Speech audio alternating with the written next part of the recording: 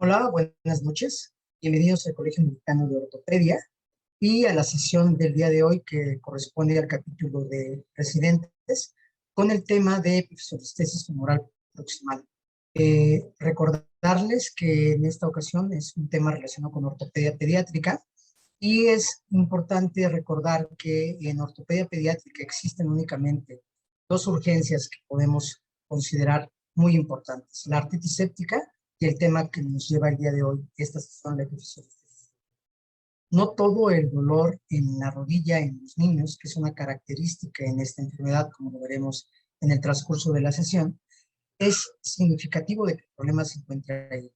En los niños, en los adolescentes, debemos de pensar y tomar en consideración que en ocasiones el dolor en la rodilla puede significar que tengamos un problema en la cadera y es importante que no lo dejemos. De ahí la importancia que en esta sesión el día de hoy comprendamos y entendamos lo que se refiere el tema de la epifisiolistesis.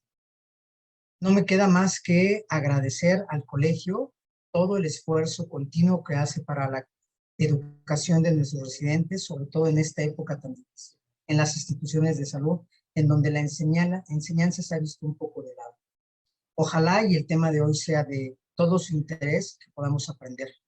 Finalmente, quiero desear todo el éxito a mis compañeros y amigos ortopedistas pediatras que el día de hoy llevarán la sesión a cabo. Dejo las palabras para que el doctor Alfonso continúe con la presentación de la sesión del día de hoy.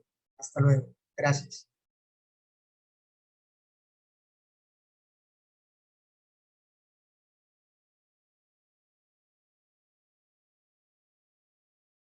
Agradezco al doctor Gilberto Ríos por la presentación y la bienvenida de esta sesión. De verdad es un honor tener al doctor Ríos, que ya todos conocemos por su importante trayectoria. La sesión del día de hoy realmente no necesita introducción, es un tema que le puede interesar a todos, desde los que hacemos ortopedia pediátrica hasta los que hacen incluso reconstrucción articular. Es un tema que, por las características de nuestra población, se presenta bastante frecuente.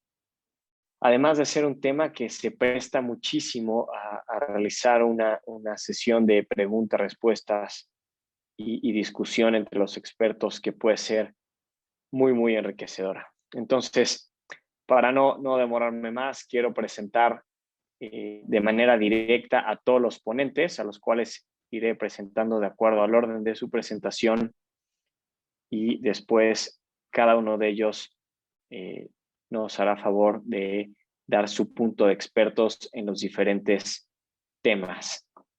Para iniciar la sesión, tenemos al doctor Gerardo Segoviano Parra, quien es ortopedista pediátrico y adscrito del Hospital General de México. Es un honor tenerlo por aquí, un doctor joven que es parte del comité de residentes, siempre muy activo. Muchísimas gracias, doctor Segoviano, por estar aquí. Él nos presentará o nos dará la introducción a lo que es la epifisiolistesis femoral proximal.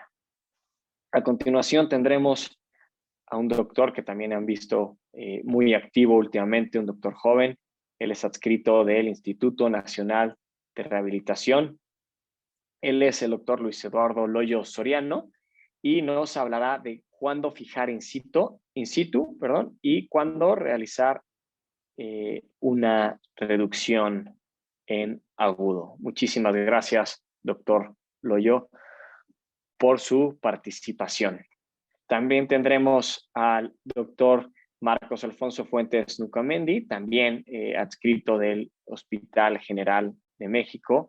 Agradecemos muchísimo que haya aceptado esta invitación y él está con nosotros para hablarnos de cuándo realizar una fijación bilateral. Muchísimas gracias, doctor. Le damos la más cordial bienvenida a la sesión de residentes. Después tendremos a otro adscrito del Instituto Nacional de Rehabilitación. En lo personal, he aprendido muchísimo de este tema. La manera que lo aborda es muy práctica, muy directa. y por lo tanto le pedí que nos hablara de las perlas en técnicas quirúrgicas y fijación. Desde que me lo explicó, yo siendo R2, lo tengo como una visión muy diferente que me encantaría que pueda compartir con todos ustedes. Y a continuación tendremos, hablando de las técnicas más novedosas, que son cuando realizar una artroscopía en agudo, al doctor Aramis López Durán, es adscrito del Instituto Nacional de Pediatría. Siempre entusiasta, siempre aprendiendo cosas nuevas y con muchas ganas de compartirlo. Así es el doctor Aramis y es de verdad un orgullo tenerlo por aquí y que nos pueda compartir la amplia experiencia que tiene en el manejo artroscópico en agudo de la fijación. Muchísimas gracias, doctor Aramis. Y después tendremos al doctor Víctor Hugo Aguirre Rodríguez, quien es titular del capítulo de cadera y rodilla, otro médico joven muy entusiasta que siempre está velando por la academia y la enseñanza. Es uno de los doctores que está haciendo cosas nuevas y que debemos aprender mucho de él. Muchísimas gracias, doctor Aguirre, y agradecemos que nos hable de este tema tan importante como es el manejo artroscópico de las secuelas de epifisiolistesis. Sin duda alguna, uno de los temas que más dará para realizar publicaciones en los próximos años, porque es algo en lo que existe mucho campo para crecer. Y para finalizar la sesión, tenemos al doctor Luis Ramos Alday, quien es de verdad un gusto y un placer escucharlos. Sus pláticas son maravillosas y abordará un tema que a veces se nos olvida, pero es cómo se afecta la rodilla en temas de epifisiolistesis. Entonces, agradecemos al doctor Ramos Alday por dar su plática de compromiso en la rodilla como consecuencia de una epifisiolistesis.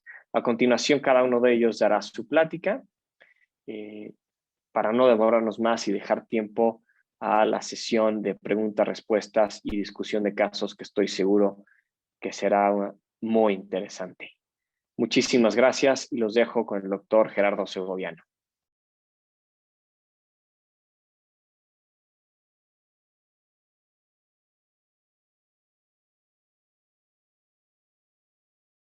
Buenas noches. El tema de hoy, hablando de epifisiolistesis temporal proximal, vamos a contextualizar un poco el mismo y después ahondaremos con los expertos del tema. Yo soy el doctor Gerardo Segoviano, adscrito al Hospital General de México, y vamos a iniciar.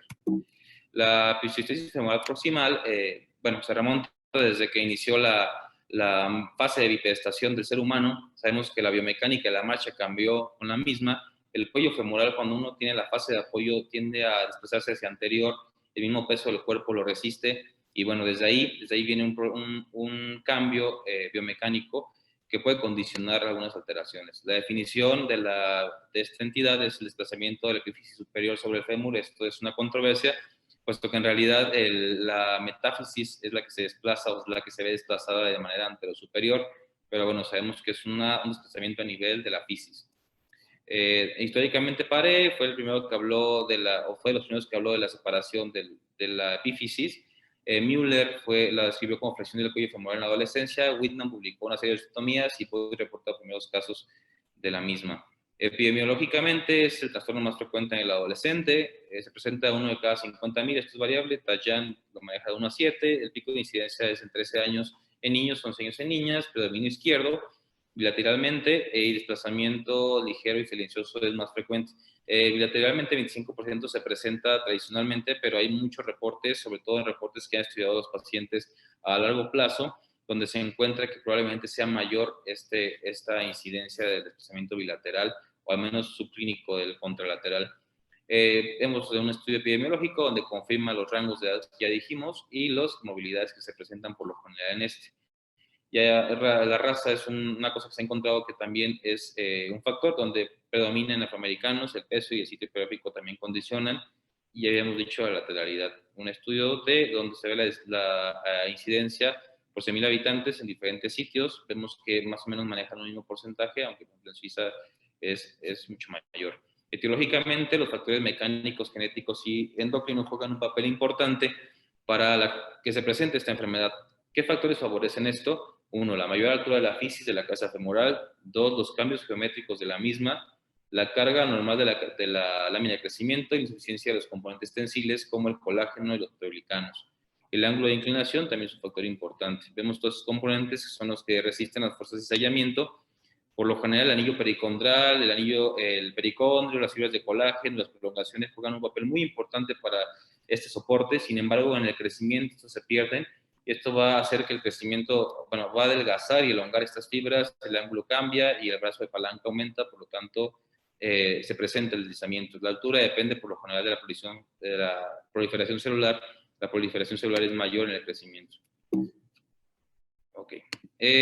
Vemos las regiones de la fisis, ya sabemos que a nivel de la hipertrófica es donde se presenta, vemos la distribución simétrica de la misma, los ángulos condicionan esto. La altura de la fisis puede alterarse por todas estas condiciones endócrinas que esto alteran la estructura de la fisis. Vemos que también la distribución de la cabeza femoral, sobre todo cuando es una retroversión, cambia la biomecánica, y en el caso de coxa vara y coxa valga también cambia el mismo, siendo en coxa vara el riesgo mayor. La clasificación temporal, 3 semanas tomamos como límite para definirla como aguda o crónica, se presenta también crónica agudizada. Para la funcionalidad la clasificamos como estable o inestable, y el grado de desplazamiento leve, moderado y severo. Loder fue quien describió la estable e inestable. Simplemente estable es cuando el paciente puede terminar apoyo, y la inestable cuando no tolera el apoyo. El grado de desplazamiento, vimos que se divide en tercios la metáfisis, y dependiendo del tercio en el que se encuentra el desplazamiento, se clasifica como leve, moderado y grave. También se miden ángulos, ya los conocemos, de 0 a 30, de 30 a 60, de 60 a 90, dependiendo de la gravedad de la misma. Ese es el método de Southwick. Sabemos que con esta condición es una fractura tipo 1, lesión tipo 1 de Salter y Harris, que la describió desde 1963. Esta es una ejemplificación radiográfica de la medición tanto en tercios como en ángulo. El cuadro clínico se puede presentar desde un predeslizamiento, donde los cuadros clínicos son muy leves, con ligera debilidad y claudicación y dolor en el muslo. Puede iniciar inclusive en la rodilla, y por lo general lo que pasa aquí es que disminuye la capacidad para rotar internamente la cadera y obviamente el apoyo. Radiográficamente encontramos un ensanchamiento y una rarefacción de la metáfisis. En el caso del deslizamiento agudo, por lo general el dolor es muy intenso, la cara medial del muslo y las rodillas son más afectadas. Obviamente esto impide la carga del peso. Esto se presenta hasta en un 15%. Es más frecuente que se presente el deslizamiento crónico, donde el retraso en el diagnóstico es muy, muy, muy frecuente, porque es un dolor que no es tan intenso. El dolor por lo general es intermitente en la región inguinal, en la cara medial del muslo y la rodilla. 50% de los casos, o hasta el 50%, se pueden presentar con dolor en la rodilla. Vemos los signos clínicos como el Dreaman, donde el paciente al momento de flexionar genera una abducción y una rotación de la cadera. Los signos radiográficos, la línea de Klein ya la conocemos, sobre la parte superior del cuello femoral, tiene que atravesar la fisis. Cuando la atraviesa tenemos el signo de Tetowen. La blancura metafisaria de Steele, que es la sobreposición de la parte epifisiaria sobre la metáfisis, que se ve de esta manera.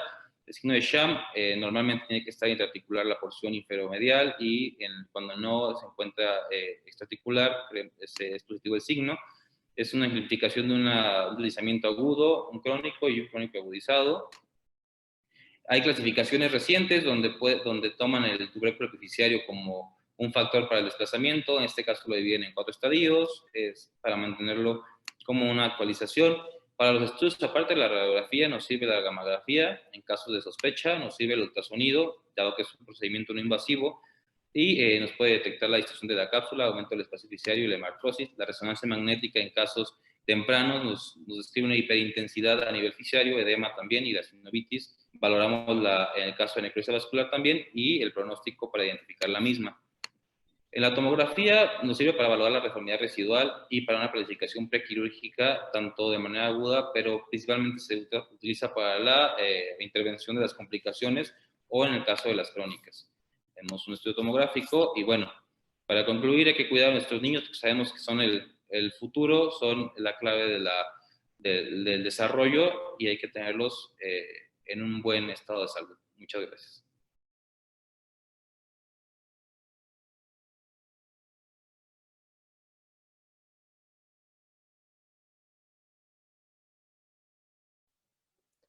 Buenas noches. Agradezco la invitación al Colegio Mexicano de Ortopedia y Traumatología y al doctor Alfonso Migoya por la invitación y la confianza.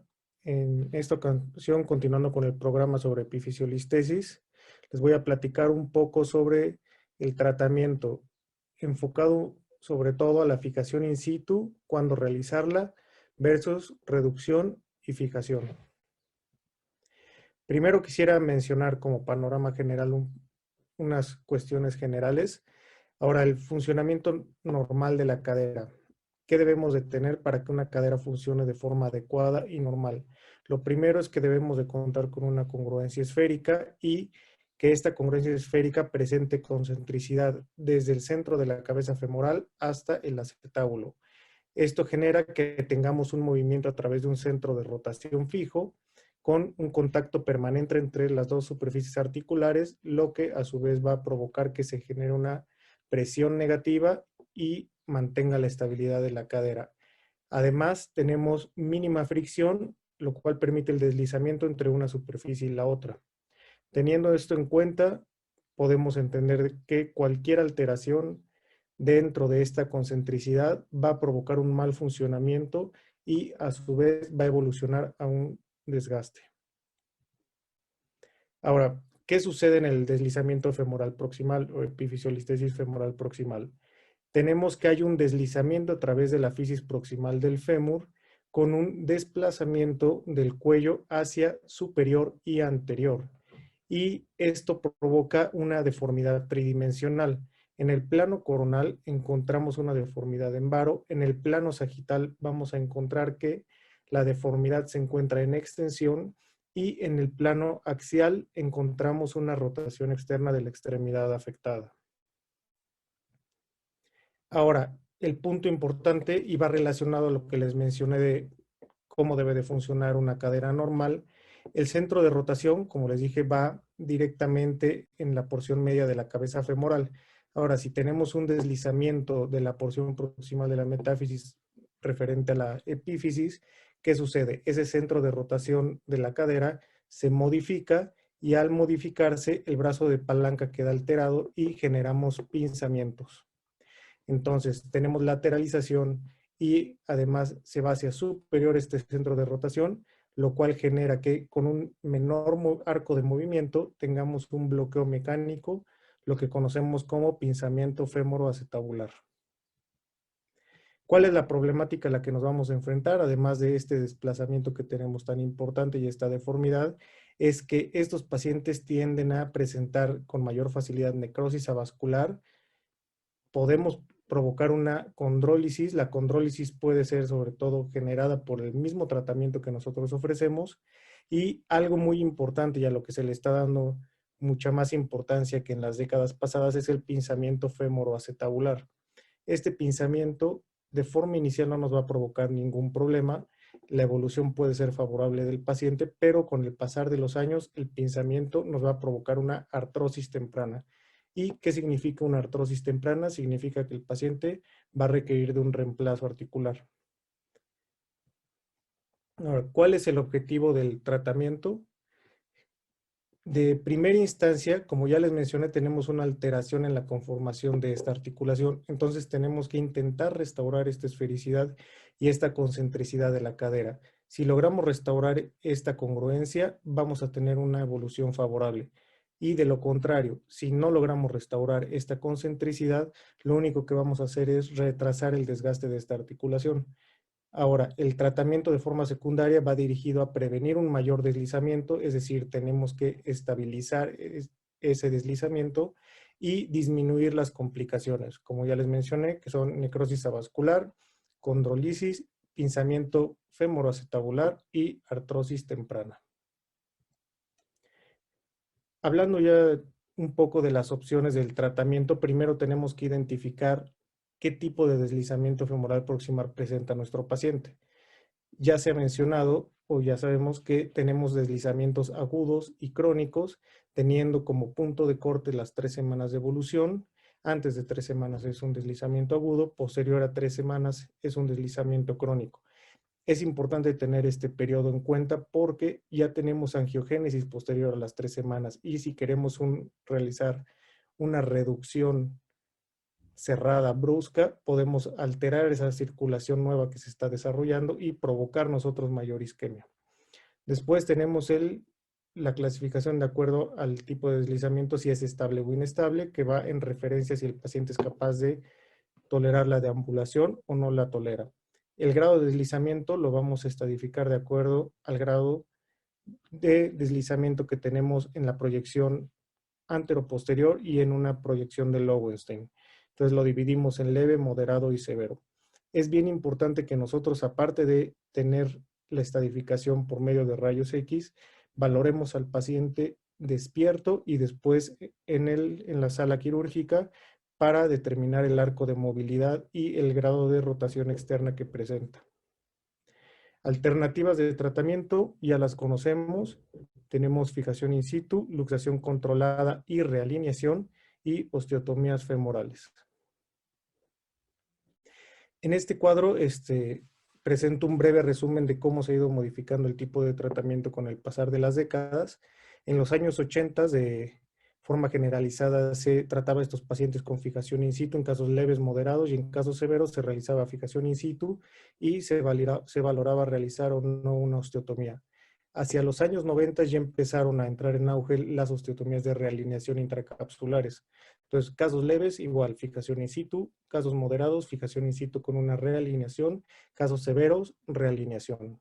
Y en la actualidad ya introducimos la osteocondroplastía. Entonces, casos leves, se hace una fijación in situ, se valora la necesidad de realizar una osteocondroplastía ya sea vía artroscópica o vía abierta.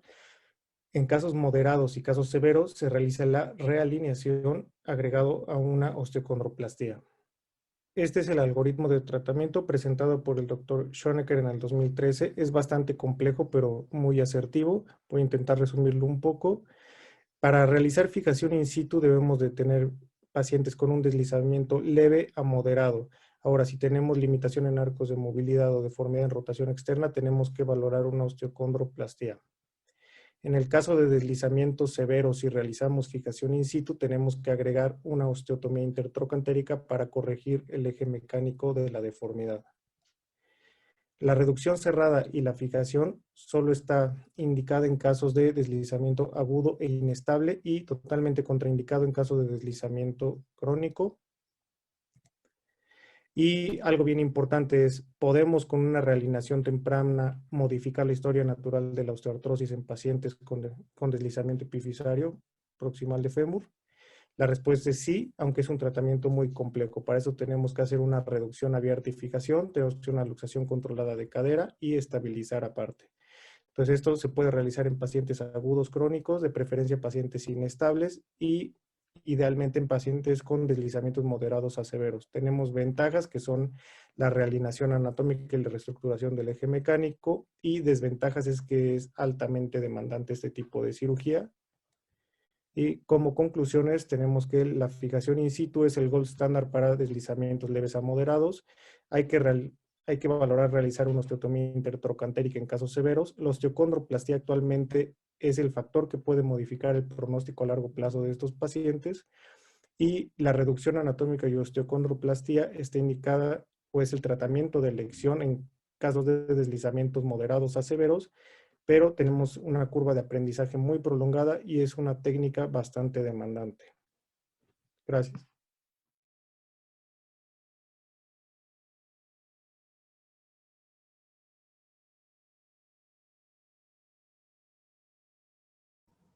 Muy buenas noches, soy el doctor Marcos Alfonso Fuentes Nocamendi, trabajo en el Hospital General de México, y en esta ocasión les voy a hablar de cuándo fijar de manera bilateral en deslizamiento epifisiario femoral proximal. Se menciona que hay una controversia con respecto a cuándo fijar y cuándo no fijar. Hay profesionales que fijan todos los deslizamientos de manera bilateral.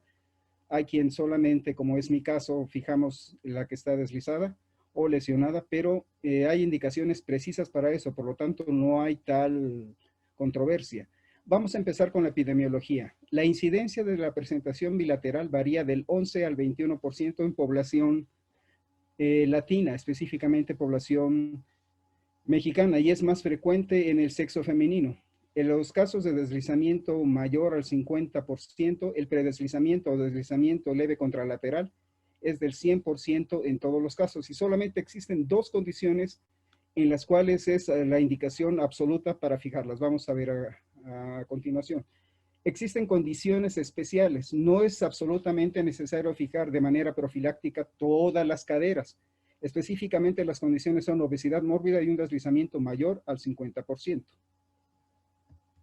Pero las indicaciones generales como tal son estas condiciones. Primero, la endocrinopatía, en la cual estamos hablando específicamente de la enfermedad de Pidgeot, la cual va a condicionar una fisis de crecimiento femoral proximal mucho más alta, más lábil, y con las bandas tensiles que deberían sostener o dar fijación firme a esta fisis, mucho más altas, mucho más débiles, lo cual va a propiciar una condición de deslizamiento con un trauma mínimo. Entonces estamos hablando de endocrinopatía, específicamente enfermedad de Pidgeot.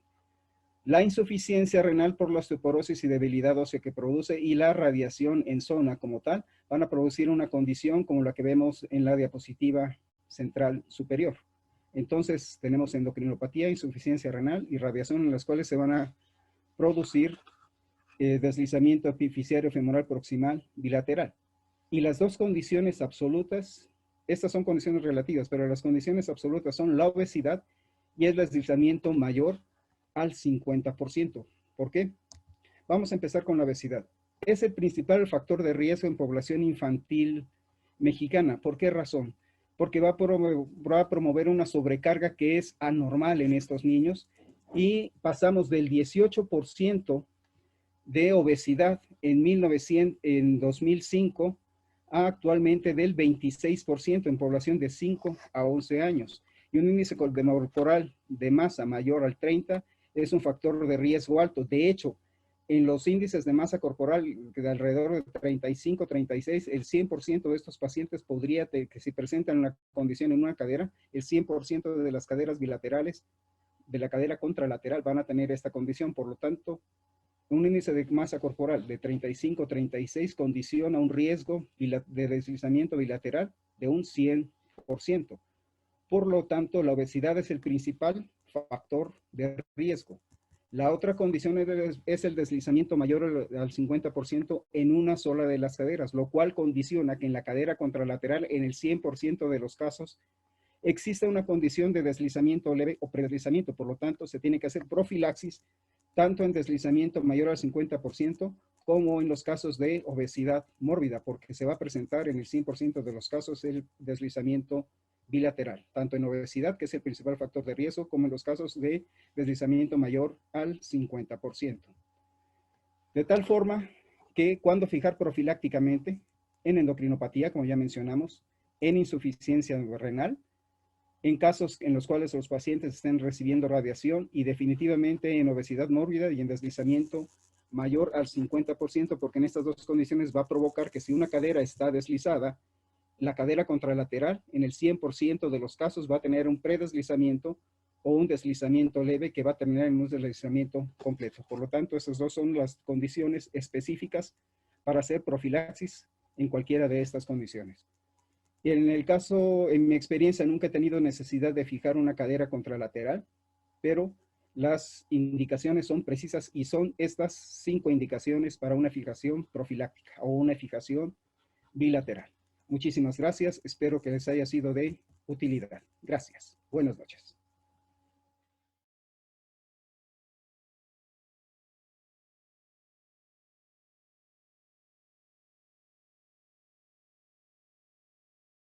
Buenas tardes, yo soy el doctor Ramiro Cuevas. El día de hoy vamos a hablar sobre lo que es la epifisiolistesis femoral proximal. Es una de las principales causas de atención en los pacientes adolescentes desde el punto de vista ortopédico.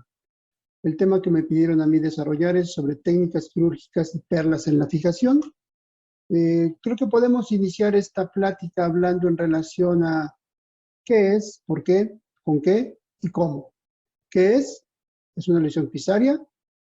¿Por qué se produce? Pocas veces se produce de manera traumática. Habitualmente es una suma de problemas mecánicos con alteraciones orgánicas de la fisis. ¿Con qué se trata? Anteriormente se trataba con clavos. Actualmente el estándar de oro del tratamiento son los tornillos y hay algunas otras cosas. ¿Y cómo tratarlos? Pues con mucho cuidado. Las primeras dos preguntas están completamente resueltas, ya que ya lo hemos visto con temas anteriores. La epipsiolistesis es la causa más común de trastorno a nivel de la cadera en el adolescente, oscila del 71 al 3.4 por cada 100.000 adolescentes. Son pacientes que presentan un retardo en la maduración esquelética, la mayoría tienen obesidad o sobrepeso, es más común en razas negras. En el Instituto Nacional de Ortopedia y el INR hemos encontrado una relación entre sexos de 61 por 39% a favor de los varones. Hasta el 50% de los pacientes tienen sobrepeso por arriba del percentil 95. 17% de ellos puede tener afectaciones bilaterales y en el 1% de los pacientes puede haber necrosis avascular de la cabeza femoral, principalmente en lesiones agudas e inestables, en los casos que se produce una sobrereducción o en reducción de lesiones crónicas que no se debieron haber reducido y cuando la fijación es en el cuadrante superoexterno. ¿Para qué y con qué se deben de tratar? Definitivamente se deben de tratar para evitar complicaciones. ¿Cuáles son las principales complicaciones? La necrosis avascular, que afortunadamente es poco común. La condrolisis, que anteriormente era muy frecuente, sobre todo cuando se utilizaban clavos, y para prevenir deslizamientos futuros que nos pueden condicionar coxartrosis temprana. En el 94 terminó un trabajo el doctor Sergio Peralta en el Instituto Nacional de Ortopedia para determinar cuáles eran las complicaciones del tratamiento de la epipsiolistesis con clavos Steinmann. Se encontró asociación importante entre la migración del implante y la invasión articular que generaba condrolisis. Asimismo, se encontró que a pesar de colocar muchos clavitos, la fijación con los mismos frecuentemente era insuficiente y favorecía deslizamientos progresivos y con ello necrosis avascular secundarias. Este es un caso de aquella época en donde se colocaban 3 tornillos dirigidos al tercio medio de la epífisis y a pesar de que había 3 tornillos gruesos, fíjense cómo la cadera seguía con el deslizamiento, lo cual nos demostraba que era una fijación completamente insuficiente. Por las mismas épocas se inició con el uso de tornillos canulados para la fijación de las epipsiolistesis en esta población de pacientes y el doctor Héctor Aguiluz demostró que sí disminuía la progresión del deslizamiento, que disminuía la incidencia de condrolisis ya que los tornillos se localizaban en la epífisis y por la rosca que presentaban los mismos no se deslizaban hacia adentro de la cabeza femoral. No había casos de necrosis avascular y algo bien importante. En el año del 98 nosotros colocábamos un solo tornillo canulado. En esas épocas la tendencia era sugerir 2 tornillos canulados. Nosotros solamente colocábamos uno y actualmente se recomienda un tornillo y nosotros con un solo tornillo desde esa época teníamos buenos resultados. Ustedes observen en estas 2 imágenes, la superior del lado izquierdo, fíjense cómo el tornillo se encuentra perfectamente en el centro del cuello, localizado en el tercio medio de la epífisis femoral y en la proyección lateral o de Lowenstein, también nos encontramos centro del cuello y en la unión de tercio anterior con el tercio medio de la epífisis, una fijación adecuada y favorable. ¿Cómo se debe de hacer la fijación? Por supuesto que se debe hacer con mucho cuidado. ¿Para qué? Para evitar complicaciones. Podemos tener condrolisis, ya decíamos que las condrolisis se producían cuando persistía un clavo a nivel articular. Actualmente con los tornillos, ¿se puede producir condrolisis? Claro que se puede producir condrolisis si nosotros invadimos la superficie articular o invadimos la cabeza con el clavo guía y no lo retiramos. ¿Se puede producir necrosis avascular? También se puede producir necrosis avascular. ¿Cuándo? En lesiones agudas o crónicas agudizadas. Las lesiones agudas e inestables no se deben reducir agresivamente porque generan alto riesgo de necrosis. Hay tendencias actualmente a drenar los hematomas fracturarios También hay tendencia a tratar de sobrereducir las caderas crónicas estables. Esas no se deben de reducir porque generan riesgo importante de necrosis avascular. Un paciente que se le colocó un tornillo canulado, a pesar de que se colocó un tornillo canulado, fíjense la invasión articular de ese tornillo, un defecto, un error en la técnica. Los implantes deben de ser los adecuados. El implante no debe de ser más barato, debe ser el más adecuado. Fíjense cómo este tornillo está muy al margen superior y lateral, superior y posterior de la cabeza, del cuello. Y entonces esa localización dificulta que cuando nosotros queremos retirarlo salga y termina no saliendo. ¿Y por qué? Porque es un implante inadecuado. Siempre tenemos que visualizar dos proyecciones. En la superior, fíjense cómo la cadera del lado izquierdo se ve en una posición correcta, unión de tercio medio con tercio posterior, y en la del lado izquierdo, pues estamos muy cercanos al margen de la superficie articular. Y en la proyección de Lowenstein, pues en la cadera del lado derecho no estamos tan bien como creíamos, estamos más bien en la unión del tercio medio con el tercio posterior, y en la del lado izquierdo estamos invadiendo la superficie articular. Siempre debemos de tener dos proyecciones, cadera del lado derecho, un poquito insuficiente, apenas pasada la fisis. Creemos que esa es la cadera de tratamiento profiláctico. Cadera del lado izquierdo se ve perfectamente bien en el centro del cuello, en el centro de la epífisis, en el tercio medio de la epífisis, a más de 5 milímetros de la superficie articular. Y cuando vemos la proyección lateral, cadera del lado derecho, efectivamente profiláctica, rasguñamos la fisis, ni siquiera la atravesamos. Cadera del lado izquierdo, se veía muy bien, está perfectamente mal, está en el tercio posterior, se salió del cuello. Siempre debemos de tener dos proyecciones. ¿Cómo lo debemos hacer? Creo que la parte más importante del cómo es con implantes adecuados.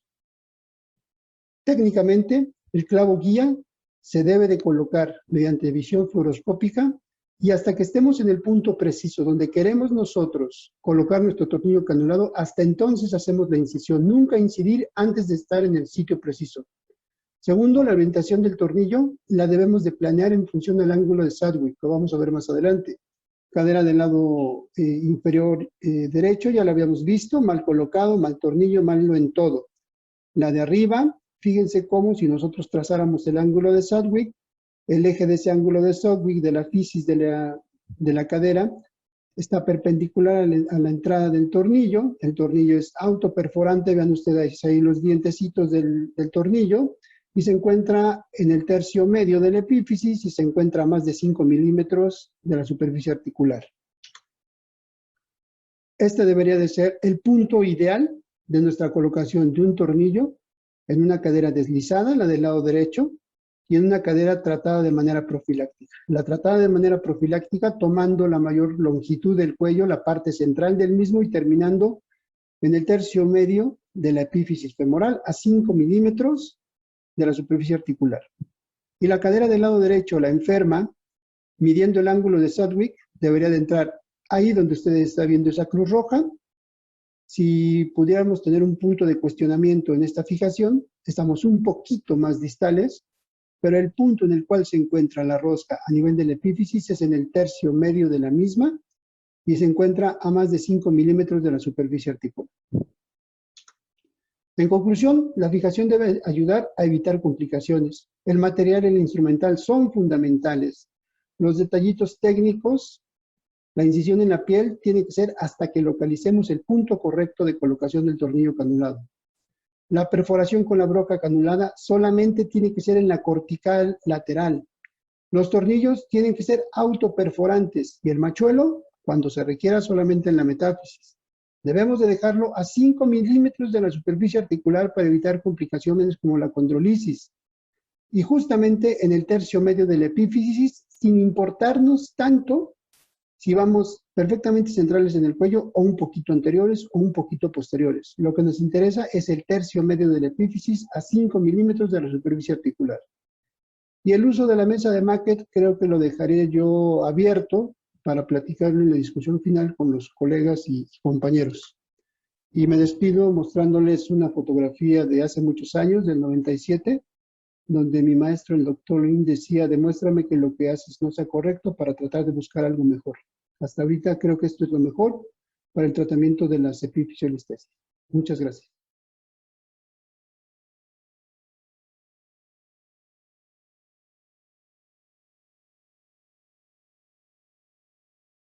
Hola, ¿qué tal? Muy buenas noches. Agradezco al doctor Alfonso Migoya por la invitación en el webinar del Comité de Residentes con el tema artroscopía en reducción aguda en epifisiolistesis femoral proximal. El tema son de los objetivos de esta noche van a ser indicaciones, técnica quirúrgica, experiencia en el INP. Recordar la anatomía en el cual tenemos un compartimento central, un compartimento periférico, donde vamos a ver diferentes estructuras anatómicas importantes y que nos van a ayudar para que nosotros podamos hacer este procedimiento quirúrgico.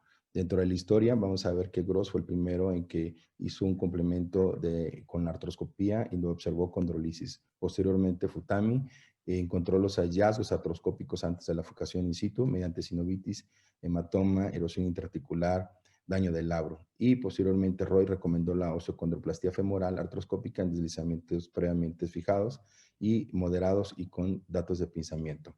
De aquí que en 2012 Andy de Jong fue el primero en publicar en un caso la utilidad de la artroscopía, en donde él recomendó que era segura y efectiva en los casos severos e inestables. Dentro de las indicaciones que nosotros utilizamos es en aquellos pacientes agudos menores de 3 semanas, crónica agudizadas y que es entre 3 semanas con exacerbación aguda y las secuelas que en este caso no lo vamos a ver. Dentro de la técnica quirúrgica es importante tener la mesa de tracción a preferencia de cirujano, portales artroscópicos, instrumental adecuado y la maniobra de reducción. Dentro de la mesa debe ser radiolúcica, siempre colocar el poste acoginado de 20 centímetros, vigilar el tiempo de tracción si es que se requiere, en algunos casos no se requiere tanta tracción y la presión de irrigación debe de ser mínimo de 30 milímetros. Recordar que hay pacientes obesos en el cual pues necesitamos absolutamente la mesa de tracción. Dentro de los portales quirúrgicos son 2 portales. Tenemos la técnica de Auto Inside Eric Margalé en que nos conlleva a diferencia de la técnica clásica. El instrumental debe ser el adecuado, lente de 4 milímetros de 30 a 70 grados, fresas, cuchillas, radiofrecuencias y microfracturadores para lograr hacer todo el tratamiento quirúrgico adecuado. La maniobra debe ser gentil. Esta se puede realizar antes y durante el procedimiento quirúrgico y mediante una estabilización con un clavo guía, en este caso con el tornillo de canulado. Dentro de los tips del procedimiento, la capsulotomía, el material de osteosíntesis, la fijación in situ y el control fluoroscópico. Bueno, vamos a ver que la capsulotomía en algunos pacientes va a ser, ya está realizada de acuerdo al trauma, en este caso es de el hematoma y no tenemos ningún problema para localizarlo. En nuestros casos, bueno, tenemos que hacer una capsulotomía en forma de T para lograr la visualización articular. Dentro del material de osteosíntesis podemos utilizar diferentes implantes que hay en el mercado. En este caso pueden ser tornillos o telescopados o tornillos canulados que nos pueden ayudar en diferentes edades y con diferentes diámetros. La fijación in situ adecuada pues debe de ser en una posición AP entre la superficie articular y el implante mayor de 6 milímetros y en la lateral de 4 milímetros. Recordar siempre tomar radiografías de control porque muchas veces el fluoroscopio nos puede dar una falsa imagen mediante una posición de rana, que es a 45, tenemos un margen de error más aumentado, en el cual una de lateral de 90 es menor. Entonces, esto es importante recordarlo. La experiencia en el instituto, un periodo del 2018-2020, total de 5 pacientes, 4 masculinos, un femenino, rango de edad de 2 a 12 años, y un antecedente de trauma en 3, los otros sin antecedente de trauma. De aquí vemos que todos fueron agudos en 3, crónica agudizada en 2, moderada en 3, severa en 2 e inestable en 3. Dentro de los resultados, el promedio de la cirugía fue de 60 minutos, sistema de fijación con tornillos canulados, Frigiltin en 2, híbrido en 1, que se utilizó tornillo y clavo de Steinman. El seguimiento a 2 años con escala de Harris en 3 de 90 a 100 puntos y 80 a 99 en 2 pacientes. Vemos un caso clínico en donde vemos el deslizamiento inestable, vemos la tomografía, vemos cómo precisamente con la colaboración artroscópicas se hace la reducción anatómica con tornillos canulados, vemos el seguimiento al 2021 en donde el paciente está sintomático y sin ningún acortamiento. El otro caso clínico en donde también es inestable, en donde se le hace el tratamiento quirúrgico, pero en este caso queda en rotación externa, por lo que se sometió nuevamente a tratamiento quirúrgico mediante artroscopía para corrección de esa rotación externa, en donde vemos precisamente que el tornillo estaba mal colocado, por lo cual se utilizó un osteotoma 45 y 30 grados para alojar la osteotomía a nivel de la fisis y esto evitar que tengamos alguna alteración. Corroborando la posición, como no teníamos el tornillo adecuado, colocamos un clavo de Steinmann, pero si logramos ver el seguimiento a largo plazo es el adecuado. Esta es la última radiografía en donde se retiró los implantes a los 7 meses, en donde no vemos ningún dato de pinzamiento. Entre los hallazgos, 3 pacientes requirieron capsulotomía postraumática, 2 se les hizo capsulotomía en T. Tuvimos lesiones laborales a nivel del cartílago articular sobre el techo de región anterior y en uno un error en la fijación con el implante. Las ventajas que tenemos es un acceso mínimo, una cirugía ambulatoria con un abordaje diagnóstico terapéutico simultáneo, visualización directa del daño, reducción anatómica, rehabilitación temprana y menor índice de complicaciones. En resumen, es útil y de mínima invasión. Con conocimiento de la anatomía se puede hacer muy bien, requiere un adiestramiento en artroscopía, lo puede realizar el ortopedista pediatra o cualquier médico que esté capacitado en artroscopía, contar con el instrumentario necesario y conocer también nuestras limitaciones. Agradezco mucho la invitación. Buenas noches.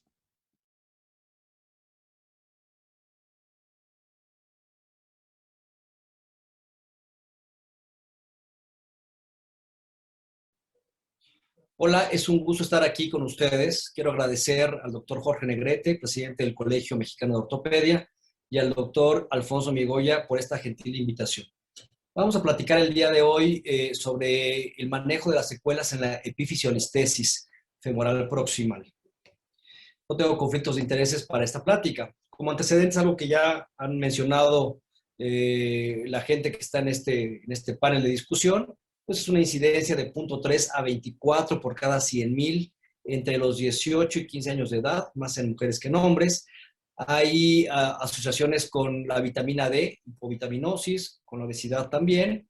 Existen dentro de la forma de clasificar agudas, subagudas y crónicas. Pueden ser estables o inestables dependiendo de si el paciente tiene capacidad de marcha o no.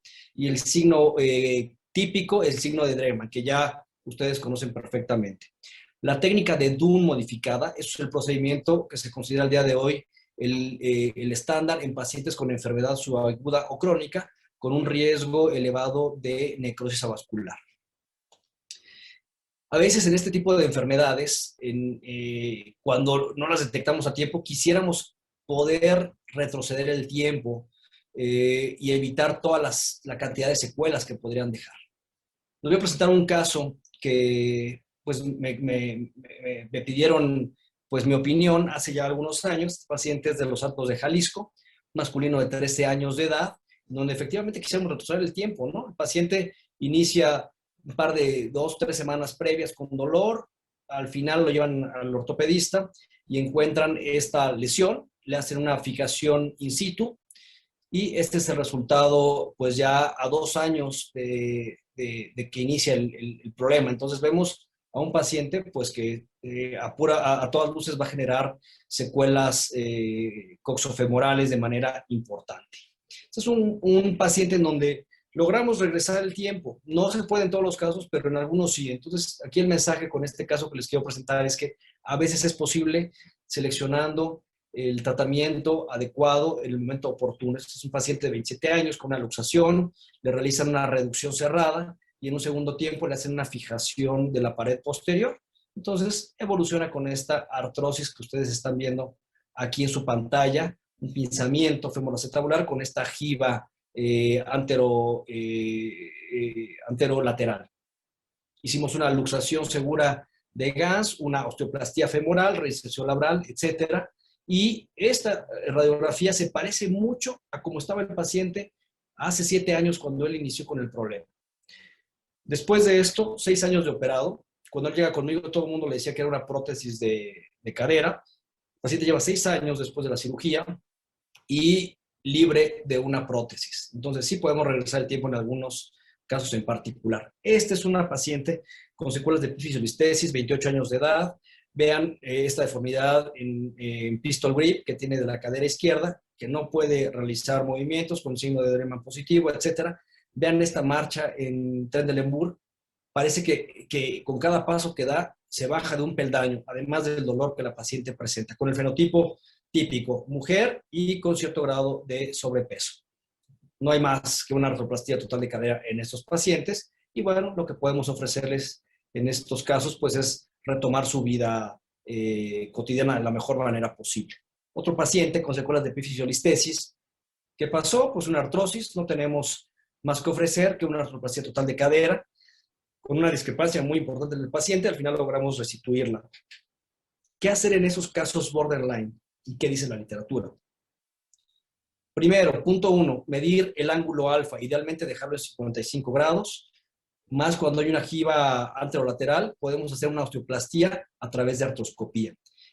Pero también podemos hacer luxaciones seguras de Gans y hacer esta remodelación a través de abordajes mini-open o abiertos. La técnica de Dunn modificada es una técnica que se hace a través de una luxación segura, nos permite una remodelación anatómica de la epífisis, nos permite preservar los vasos retinaculares, evitar de alguna forma la necrosis avascular de la cadera.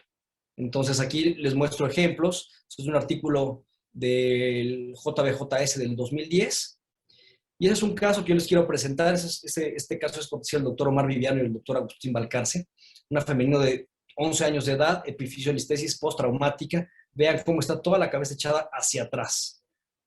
Entonces, se le pide la tomografía para entender bien qué estaba ocurriendo aquí.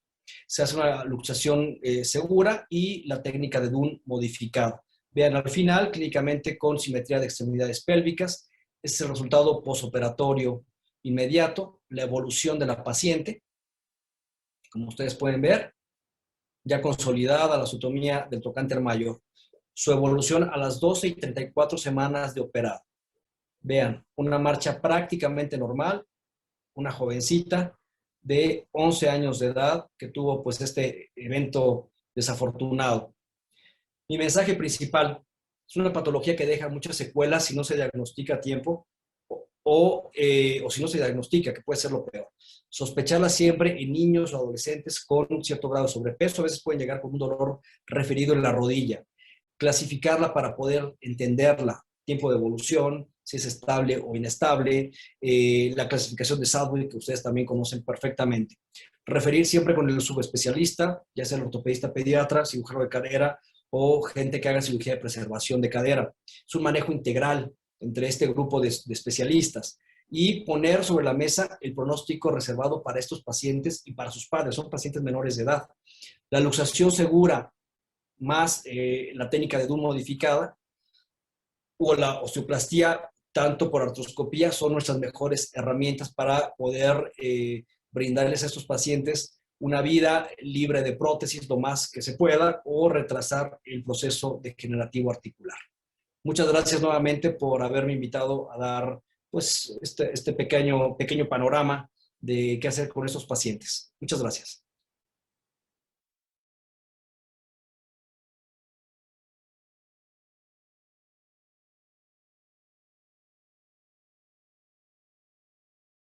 Buenas noches, soy el doctor Luis Ramos Alday, ortopedista pediatra de Coahuila. Agradezco mucho al comité organizador de haberme invitado a continuar con este tema. Y para cerrar, pues sabemos que después de un evento de epifisiolistesis en el niño y aún haber resuelto este padecimiento, debemos de dar seguimiento a la evolución que va a tener este niño durante su desarrollo hasta que alcance la madurez esquelética. Y es por eso que vamos a hablar de los cambios de la cadera, que ya sabemos, normalmente el offset y la distancia trocánter-articulación se ven disminuidas en la cadera que se fijó del deslizamiento. Esto va a traer consigo alteraciones en los arcos de movilidad de la cadera, dolor a veces al hacer abducción sobre todo, o rotaciones de esta extremidad que se vio afectada. Pero esto ya lo tenemos bien estudiado y no nos debemos de quedar ahí. Sabemos que puede originar un impingement femoroacetabular, alteraciones en la distancia del cuello, sobre todo acortamientos. El fémur se nos va a hacer con una anteversión femoral que también va a limitar la marcha. Y van a existir cambios a nivel del cuello superior y anterior. Pero esto no se queda aquí. Tenemos que ver que también existen deformidades compensatorias a nivel de rodilla y tobillo por esta deformidad que de por sí deja la epifisiolistesis en la cadera. Es decir, hay que ver a nuestro paciente como un todo, como siempre, toda la extremidad.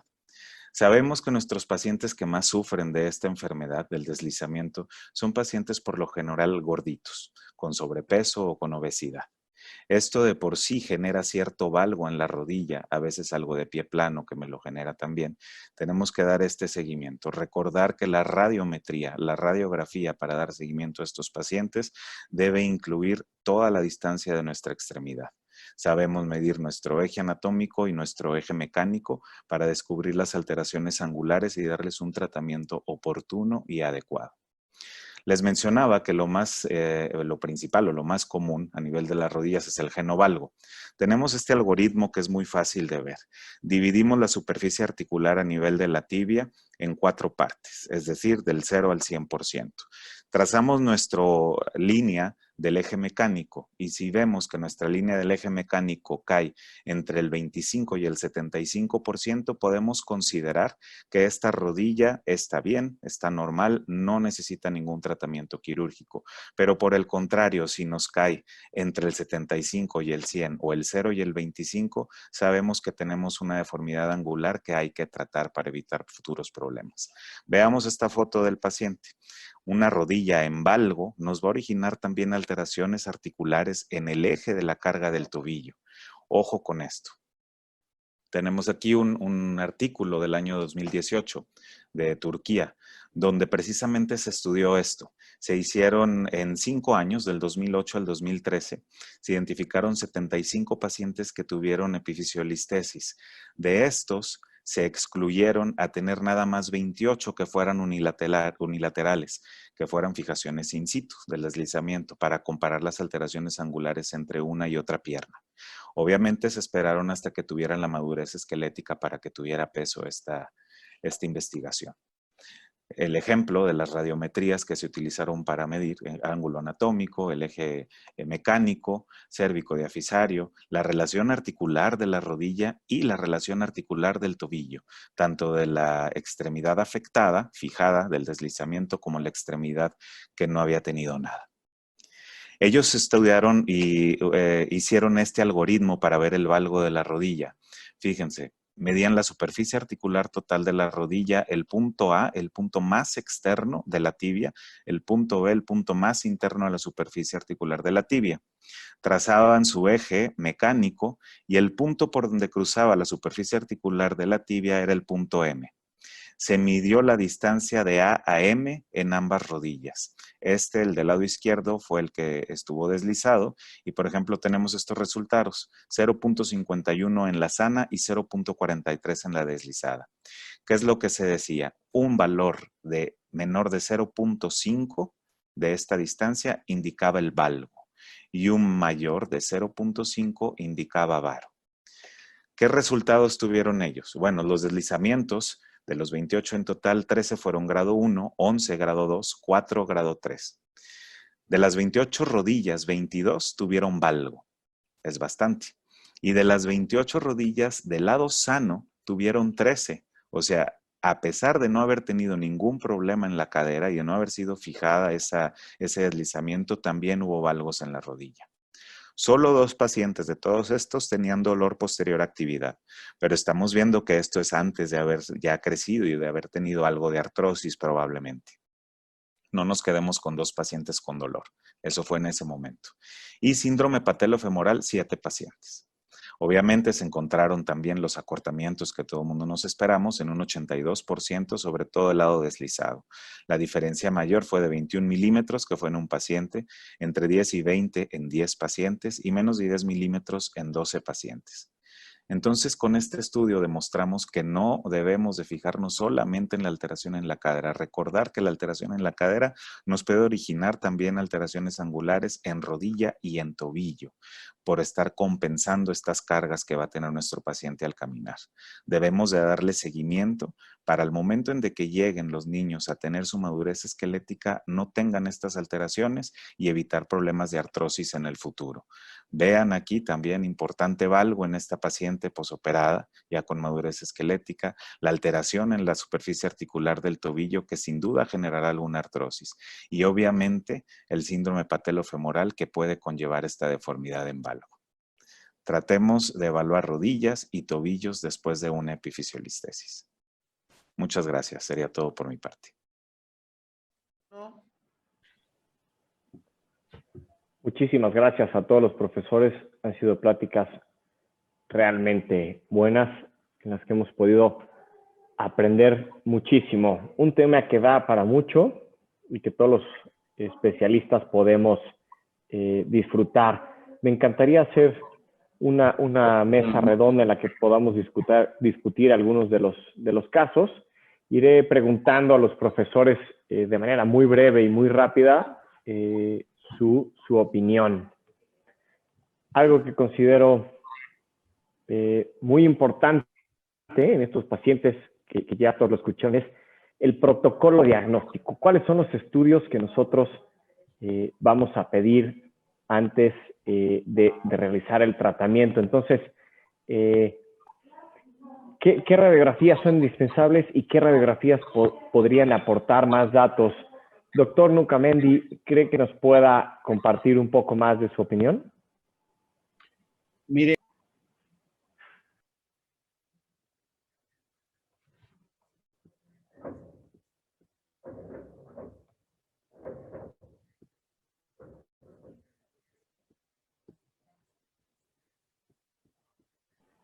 Perdón, no sé si podemos No hay audio escuchar al doctor Nucamendi, y si no, bueno, al doctor Segoviano, sí, de manera muy breve nos puedes apoyar con qué opinas de esto. Sí, claro. Bueno, en el estudio básico radiográfico, como siempre, como decían los doctores en sus presentaciones, la radiografía anteroposterior es indispensable.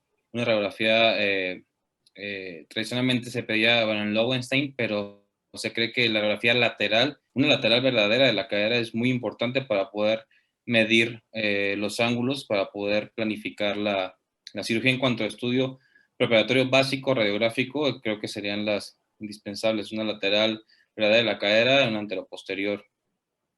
Perfecto. Y también me gustaría preguntar al doctor Aguirre, por su experiencia en preservación de cadera y prótesis, también está en boga que afectan los parámetros espinopélvicos y la versión del acetábulo. ¿Te gustaría o te serviría alguna otra radiografía para poder determinar la versión de la cadera y quizá no al momento de la fijación para saber cuál será la evolución de esa cadera?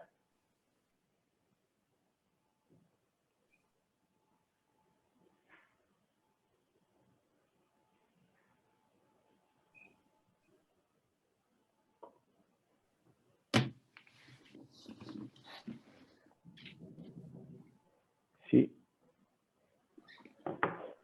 Una disculpa, no sé si el doctor Aguirre pudo recibir esa pregunta, pero si no, bueno,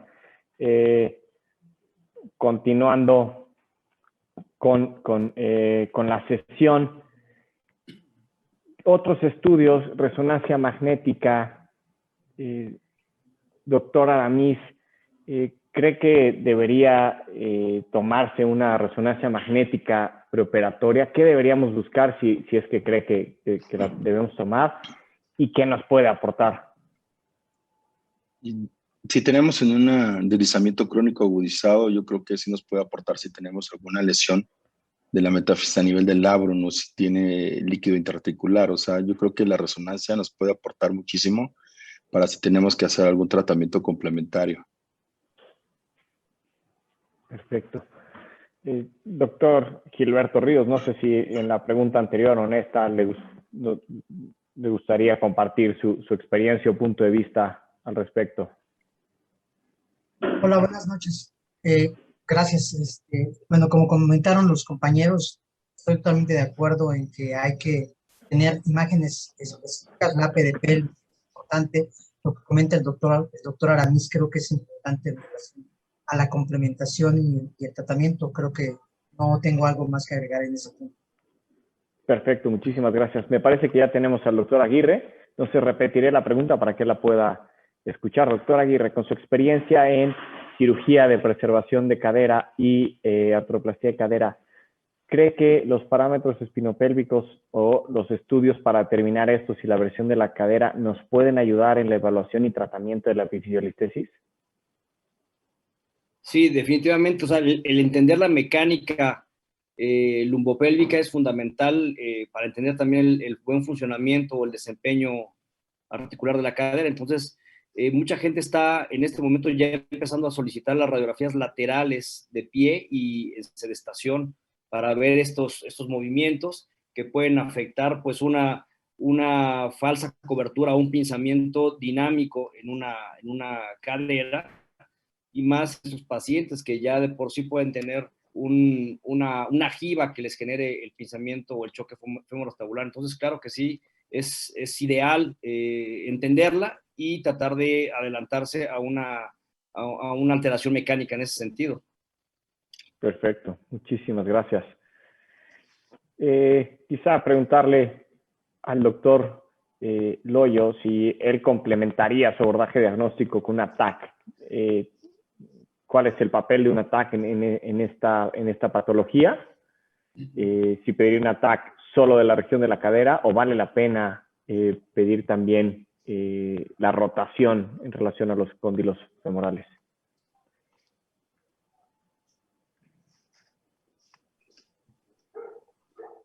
Doctor Loyo, me parece que su micrófono está apagado. ¿Ya me escuchan? Perfecto, sí, perfecto, gracias.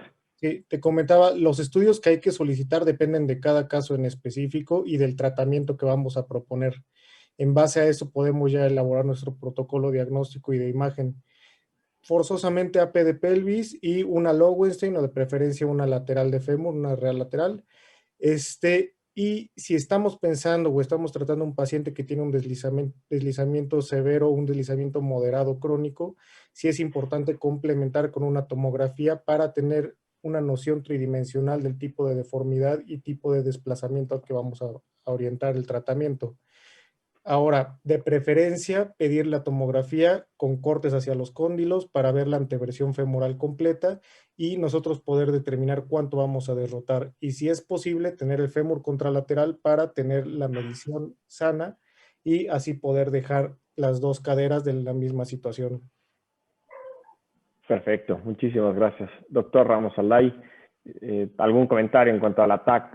Si la suele solicitar o no, y qué puede llegar a aportar. Gracias, doctor Migoya.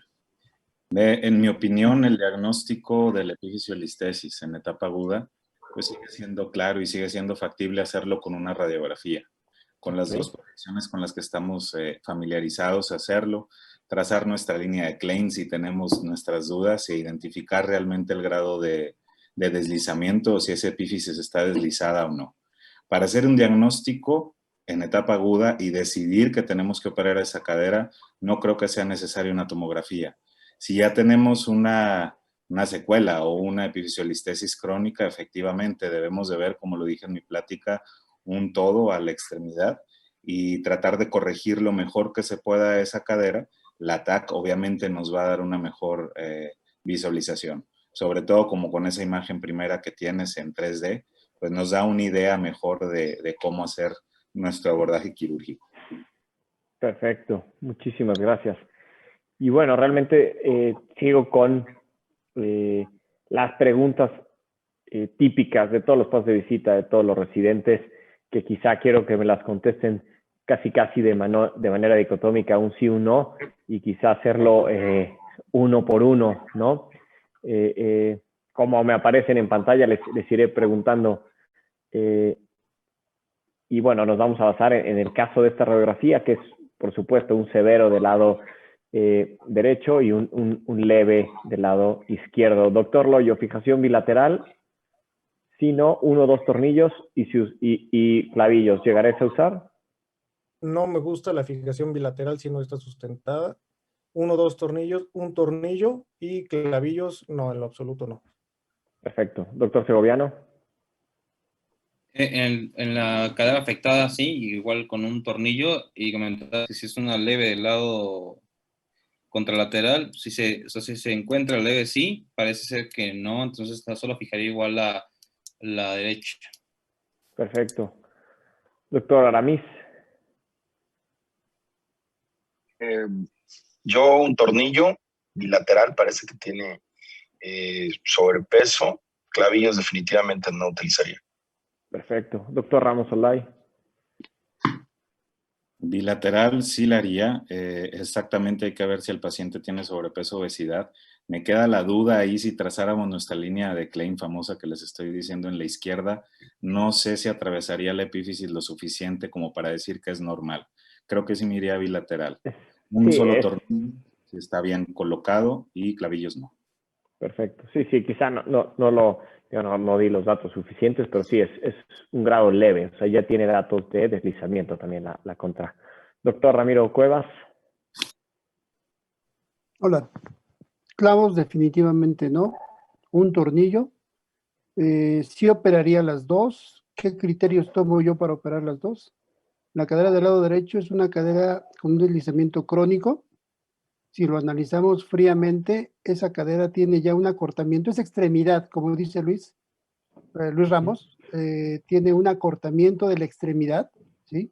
Entonces, si yo me limito a fijar esa cadera, estoy sacrificando que la otra cadera va a tener la otra extremidad va a tener discrepancia. Ese es un fundamento para fijar las dos caderas.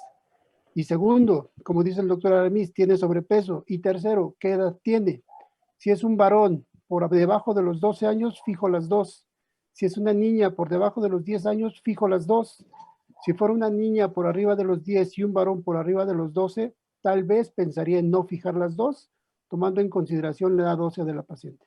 Pero tornillos sí, uno solo, clavos definitivamente no, fundamento desde el 94. Perfecto, gracias. Doctor Fuentes Nugamendi. Un solo tornillo. Y si se fijaría la contralateral, uno es obeso, es el principal factor de riesgo. Dos, la línea de que la cabeza está por debajo de la línea de Klein, por lo tanto hay predeslizamiento y se tiene que hacer profilaxis en este caso. Ahora, si reducir o no reducir la cadera que está presente, pues podría reducirse si tuviera menos de 6 meses en este caso y probablemente se me necrose, pero se me va a necrosar esférica, reducida, no deslizada. Y eso favorecería que no se presentara una artrosis temprana. Ok. Gracias, doctor. Sí, en su plática lo mencionó muy bien, pero bueno, no quería dejar de hacer estas preguntas que son las clásicas y las que tenemos que hacer énfasis en este capítulo de residentes y que queden muy, muy claras. Ser muy repetitivos, muy enfáticos para que, quede esto muy, muy claro. Ya lo había comentado el doctor Cuevas, perdón que me adelante un poco, pero bueno, sí me gustaría platicar un poco la importancia de la colocación del paciente, la mesa de tracción, la posición del fluoroscopio y los dos fluoroscopios, ¿no? Seguramente todos hemos visto ese artículo que ponen dos fluoroscopios y todo parece magia y muy fácil. La verdad es que aquí muchas veces no tenemos ni mesa maquet ni dos fluoroscopios. Entonces, doctor Cuevas, empiezo con usted porque usted nos enseñaba a todos en el INR cómo colocar un paciente, cómo medirlo. ¿Cuál es la importancia de colocar un paciente? ¿Qué tenemos que evitar? ¿Cómo tenemos que manejar nuestra posición? Y no lo mencionamos en estas pláticas, pero una de las complicaciones es que todos lo hemos visto, que las guías se doblen e incluso si lleguen a romper. ¿Qué opina un poco de esto? Es que mi respuesta está muy sesgada por todos ustedes. Porque todos ustedes saben lo que yo hago, ¿no? Sí. Por eso puse esa pregunta al final. Déjenme le cuento la historia de por qué lo hago como lo hago.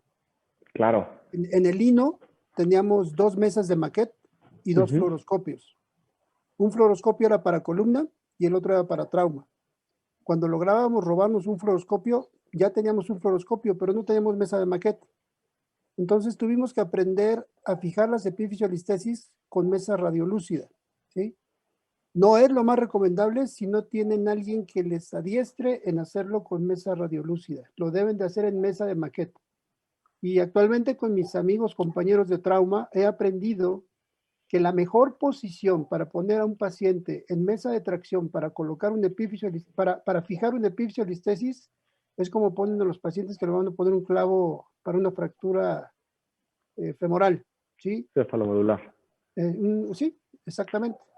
Con la cadera que van a operar en ligera flexión por arriba, un poco más arriba de la posición de la cadera contralateral y se puede hacer perfectamente bien con solamente un fluoroscopio.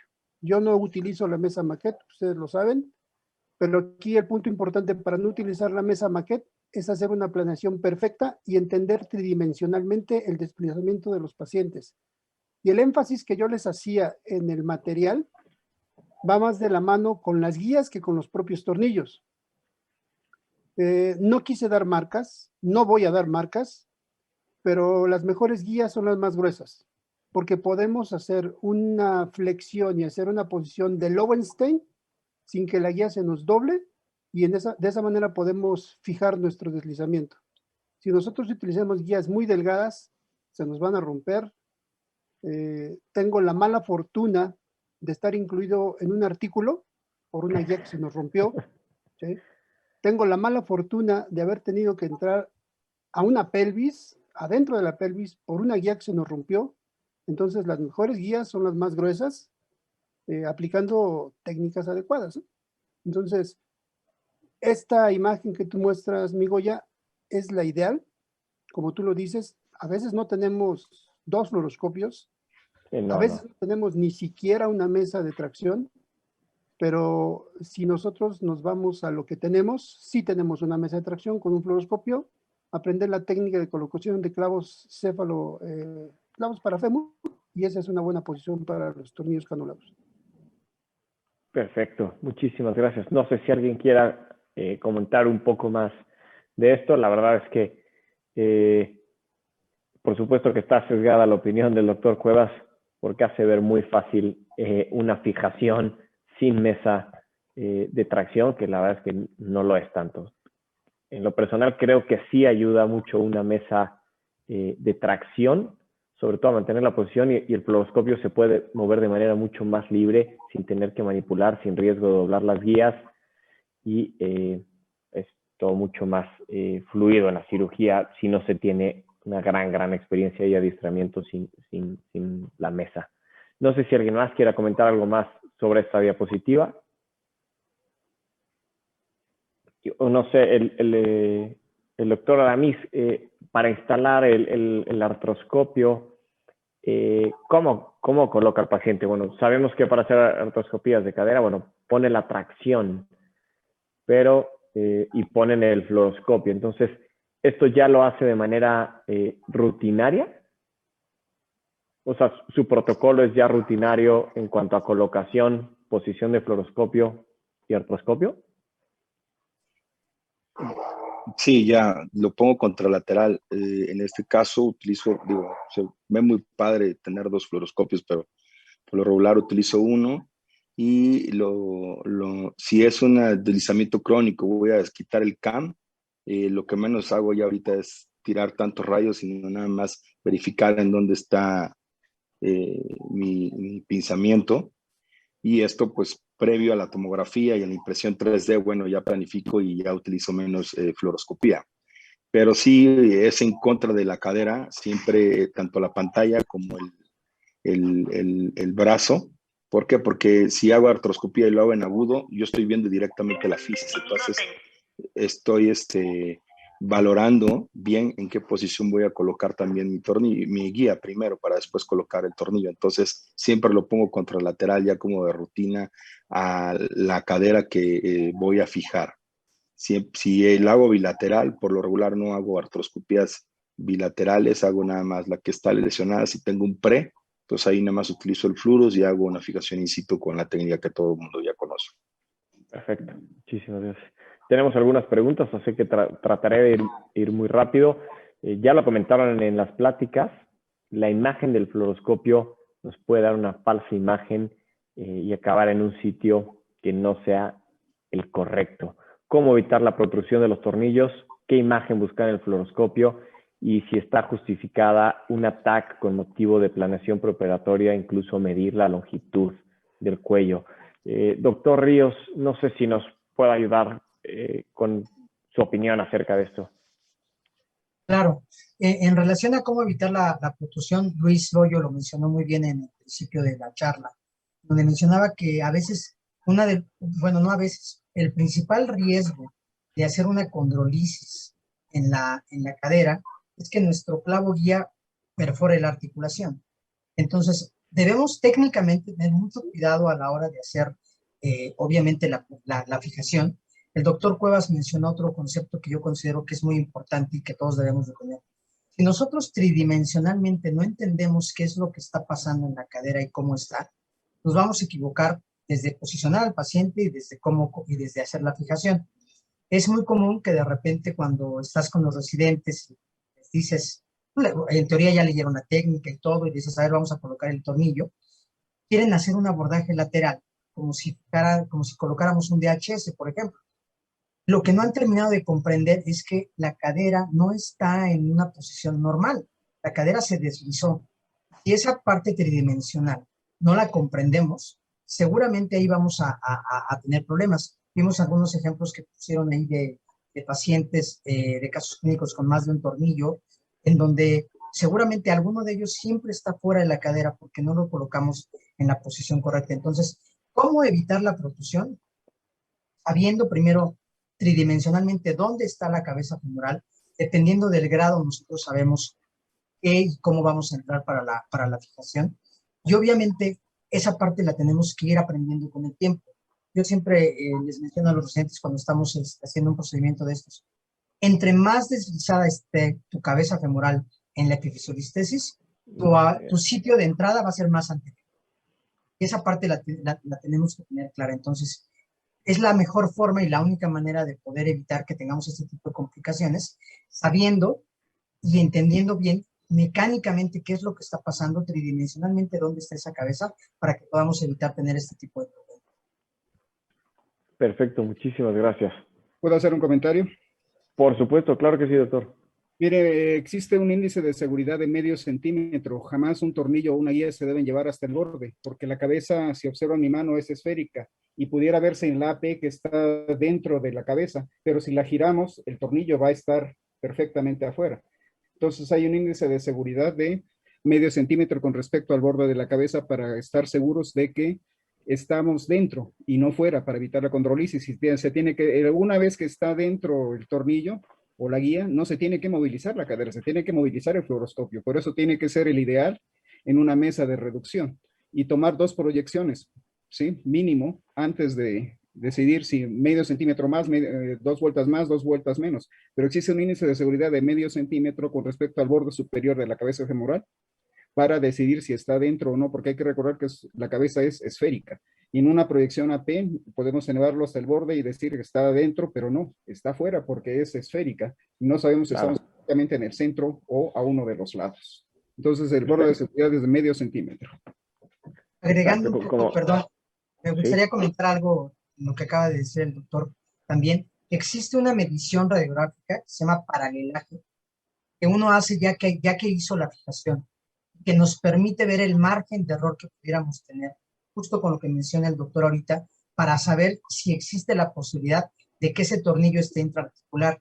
Y si con esta medición nosotros tenemos la sospecha de que puede estar intraarticular, es mejor meter al paciente nuevamente a sala de quirófano y dar un par de vueltas hacia atrás que dejar ese tornillo en esa posición, que va a ser una tragedia. Perfecto. Y otro comentario más, hay que recordar que lo que se desliza es la metáfisis hacia adelante y en rotación externa. Entonces, simplemente, mientras más deslizada, más posterior está la cabeza femoral y esa es la dirección a la que se debe dirigir el tornillo. Nunca jamás entrar por un abordaje lateral en una cabeza deslizada, a menos que ustedes planeen reducirla. Entonces, sí, es completamente aceptable en una cadera reducida hacer una colocación lateral, pero si no, el abordaje es anterior. Nada más. Y como mencionaba el doctor Cuevas, a veces también aprendemos de otras especialidades. En trauma tienen muy marcado la medición del tip de punta apex.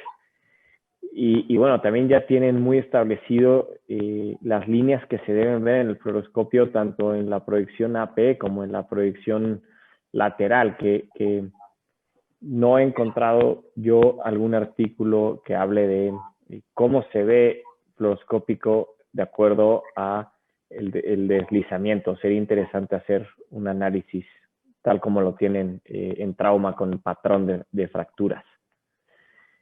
Y bueno, siguiendo un poco, ¿qué hacer ante una secuela con limitación severa en un paciente menor de 30 años? Quizá aquí me gustaría preguntarle al doctor Loyo, que, bueno, he visto recientemente que tiene acetobuloplastías, y también al doctor Aguirre, que sé que tiene pacientes en los que hace preservación de cadera.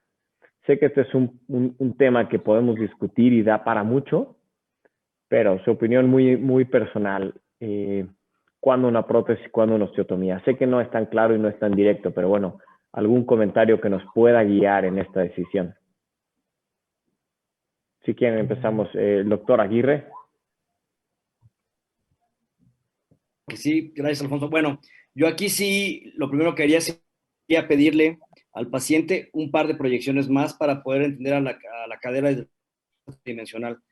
Un pelvis que me permite un corte coronal, una proyección de Dunn o Lowenstein para ver una proyección sagital, y una Lequesne o falso perfil para ver el perdón, axial y sagital con la de Lequesne.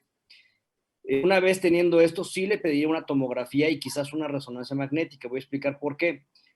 La tomografía para ver si el paciente es candidato a hacer un procedimiento quizás artroscópico, si es una jiba pequeña, si es una jiba grande, que haya que hacer una osteoplastía importante, quizás podría hacer un procedimiento mini open o abierto, y con la resonancia magnética vería la calidad del cartílago, y con esto podría tomar la decisión. Si tengo un espesor o del cartílago de más de 3 milímetros, yo tendría la obligación de intentar hacer algo de preservación. Quiere decir que la cadera todavía puede ser funcional, viable, mejorando la mecánica. Ahora bien, si el espacio es de menos de 2 metros, aunque radiográficamente lo veo bien, pero si ya en la resonancia veo datos incluso de necrosis, pues voy con la prótesis, porque va a ser una cirugía muy grande, con un pronóstico reservado, quizás malo, y que termine en el mismo desenlace de un reemplazo articular. Entonces preferiría irme por una artroplastía, pero teniendo esta secuencia: radiografías, tomografía y resonancia magnética. Correcto. ¿Puedo comentar? Sí, claro.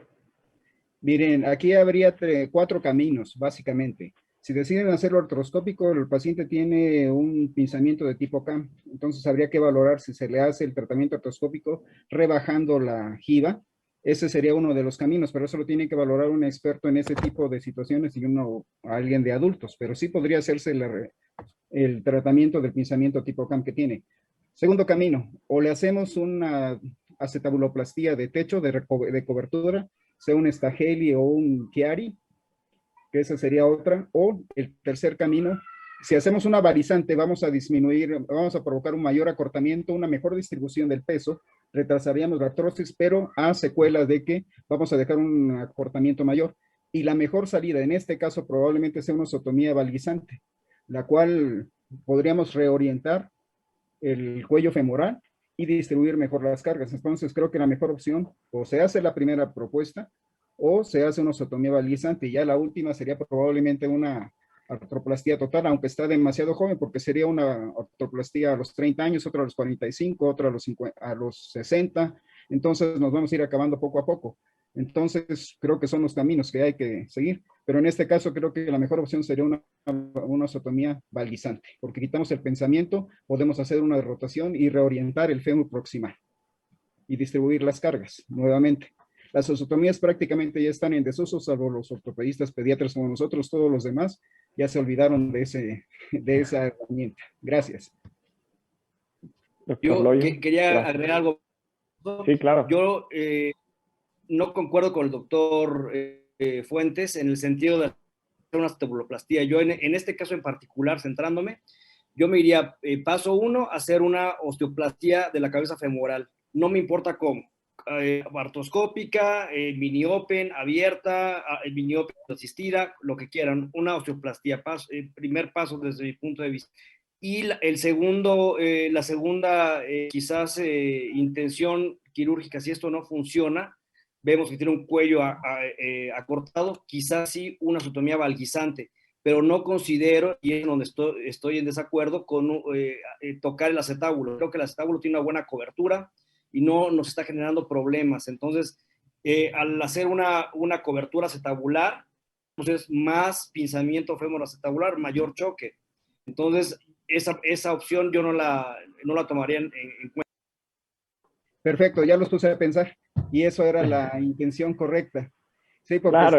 exactamente la acetabuloplastía, sea el Stageli o el Chiari o demás, lo que nos va a hacer es acortar más, aumentar el pinzamiento y aumentar la presión sobre el borde lateral de la cabeza femoral y eso es más problema.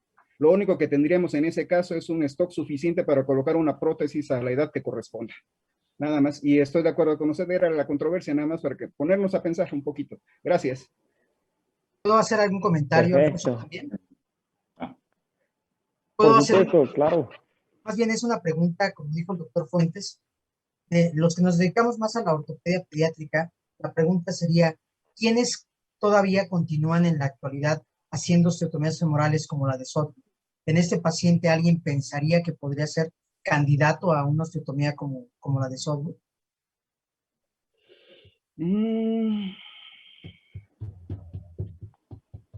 ¿Puedo hablar? Sí, claro. Creo que estamos viendo una radiografía. Nos estamos equivocando. La indicación del Sotwick viene de mediados del siglo pasado, 64, si no mal recuerdo, y 10 años antes en Alemania, Imhauser describió exactamente la misma osteotomía. Yo creo que por el bloqueo que hay de Estados Unidos hacia México, conocimos el Sotwick y no conocimos el Imhauser, que es exactamente lo mismo.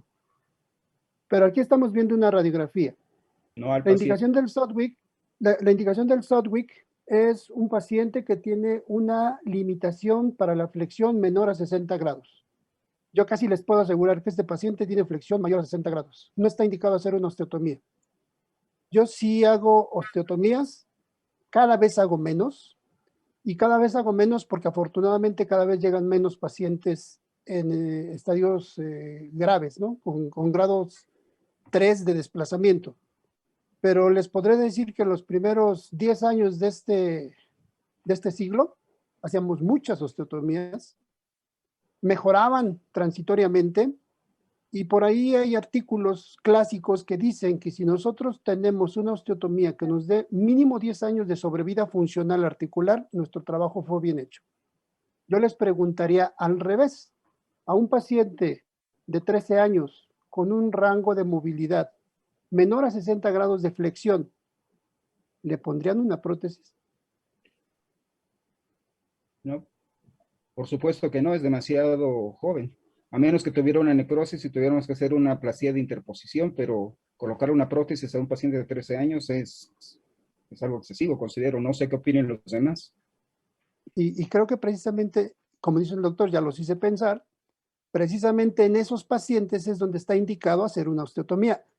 Este paciente anda alrededor de esa edad, todavía tiene un remanente de fisis en la epífisis contralateral, por allá arriba se ve el cartílago de crecimiento del ilíaco, tiene 13 años, 14 todavía, pero seguramente este paciente tiene más de 60 grados de movilidad, entonces no está indicado una osteotomía. Y ahora, perdón, Alfonso. No, el doctor Fuentes y el doctor Cuevas, la limitante de ver un caso clínico y ver solamente una radiografía, pues limita de repente, pero justamente creo que el comentario que hizo el doctor Fuentes, y hablando que es una sesión para residentes, es importante que sepamos que existen diferentes tipos de tratamientos, que de repente la modernidad empieza a dejar de lado algunos tratamientos que no es que sean malos, simplemente que tienen indicaciones muy precisas, que de repente es difícil que los residentes aprendan a veces toda esta gama de conocimiento que hay. Voy a poner un ejemplo más quizás actual y que yo hago con más frecuencia, que tiene que ver con el PIC Novaro. Cuando habla alguien ahora de PIC Novaro, creen que todo es concepto, y eso es un error, y como ortopedistas pediatras debemos de saber que el tratamiento con el método de Ponseti no es lo único que existe para el PIC Novaro, y que habrá pies que no funcionen con eso. Lo mismo pasa con un epifisiolistesis tumoral o con algún otro tipo de problema como la displasia acetabular, etcétera, en donde de repente estos tratamientos nuevos van dejando de lado estos viejos, y no necesariamente porque no sirvan o no funcionen, simplemente porque de repente empieza a haber modas de tratamientos y también habría que tener mucho cuidado con ese tipo de situaciones. Bueno, creo que en este caso es la indicación correcta en el paciente correcto. Tendríamos que conocer la totalidad del caso clínico para poder decidir una terapéutica correcta, la indicación correcta en el paciente correcto. Y tienen razón, estamos viendo solamente una radiografía, no estamos viendo el entorno completo. Ni tenemos todas las proyecciones completas como para poder decidir ni siquiera una planificación o una propuesta quirúrgica, pero ya nos pusieron a pensar. Perfecto. Doctor Ramos Alday. Sí, gracias. Cuando se entra en una plática así con tantos maestros que están aquí y cada quien habla de su experiencia, quiere decir que en realidad todavía no es un gold standard lo que estamos viendo. Les voy a decir lo siguiente, y aprovechando que esto es para los residentes. Lo principal, como en todas las enfermedades, es saber identificarla a tiempo. Si nosotros identificamos a tiempo esta enfermedad, así como la displasia de cadera, nos vamos a evitar tener estas secuelas importantes en niños o en adolescentes o en personas jóvenes a los que no les queremos poner todavía su prótesis o decidimos si hacerle una osteotomía o prótesis. Bueno, nos puede quedar bien bonita, como lo dijo alguno de mis maestros, una acetabuloplastía o hasta una prótesis, pero sabemos que no es lo ideal. Lo ideal es saber identificar que si un niño te llega con dolor en la rodilla y va directo a los residentes este comentario. Un dolor en la rodilla, se tiene que checar siempre la cadera. Siempre. Y eso transmitirlo también a nuestros colegas los pediatras, porque si no, eso es donde estamos fallando. No hacerles ver a ellos que un dolor de rodilla, que no haya un antecedente traumático, está obligado a una radiografía de cadera para evitarnos esto y entrar en estas discusiones que pueden ser muy interesantes, pero nos va a llevar a lo mismo. El paciente no va a tener una buena evolución con esa cadera. Entonces, residentes, por favor. Eso es lo que yo opinaría. Perfecto, muchísimas gracias. Por cuestiones de tiempo, voy con la que sigue. Esta es una pregunta muy personal que yo siempre me he hecho. Los que hacen reconstrucción articular, los que hacen otro tipo de cirugías de trauma, tienen muy bien establecidos los tiempos de seguimiento y los estudios que se deben hacer de seguimiento. Hasta donde yo tengo entendido, no existe un parámetro claro de qué estudios y en qué tiempo se deben realizar. E incluso yo me planteo si deberíamos incluir la resonancia magnética o proyecciones especiales dentro del seguimiento. ¿Por qué? Como ya lo dijeron, no todos son radiografías. Estos pacientes también tienen lesiones labrales, también tienen datos de inestabilidad de cadera, también tienen otros problemas. Entonces, ¿cuál es el protocolo que ustedes siguen en sus pacientes? Quiero ir muy rápido para poder responder las preguntas que han hecho los residentes en el chat. No sé si alguien tenga un protocolo establecido o me puede ayudar a decir cómo hay que seguirlos y si es que debemos o no hacer de manera rutinaria una resonancia para no esperar a que tengamos un paciente con TONIS 2 y hayamos perdido ese tiempo. Como dice el doctor Aguirre, ya no puede regresar. No sé, doctor Loyo, doctor Aguirre, doctor Gerardo, o alguien que quiera mencionar qué protocolo tiene para sus pacientes. Bueno, en el hospital nosotros sí tenemos un protocolo y básicamente tiene que ver con la edad. Como todos saben, en el hospital solamente vemos pacientes hasta los 18 años de edad.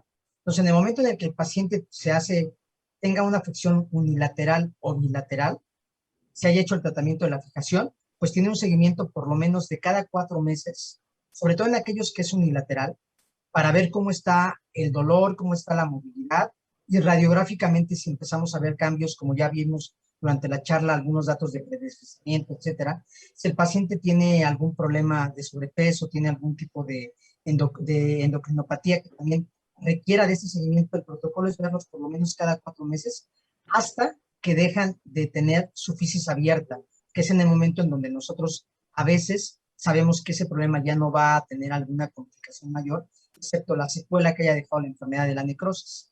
Y cuando necesitamos hacer algún estudio de resonancia, que algunos pacientes lo requieren pensando en que tengamos algún problema, justamente como los que tú mencionabas a nivel del labro y demás, hay que recordar que lo primero que tenemos que hacer a veces es retirar ese tornillo para poder hacer el estudio de resonancia que sea realmente de calidad y que nos permita ver lo que buscamos. Pero en resumen es que si el paciente está en crecimiento, debe tener un control más estrecho, sobre todo en aquellos pacientes que es unilateral y que tienen factores de riesgo y que la otra cadera puede tener algún tipo de deslizamiento, ese control debe ser más estrecho justamente para identificar el momento adecuado en que podamos requerir de tratar la otra cadera sin que tengamos las secuelas que a veces puede ser en la que se presenta de primera instancia. Perfecto. Muchísimas gracias. Por cuestiones de tiempo pasaré a las preguntas que nos han mandado al chat. Para el doctor Aramis, ¿alguna vez se ha realizado fijación artroscópica bilateral? No, unilateral nada más. Perfecto. ¿Recomiendan osteotomía de Gans para secuelas de deslizamiento epifisiario? Desde Bolivia, preguntan. Doctor Loyo. No me ha tocado el caso.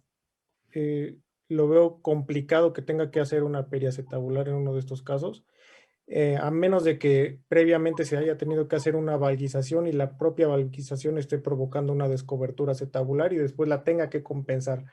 Pero de entrada no lo veo como una opción. Perfecto.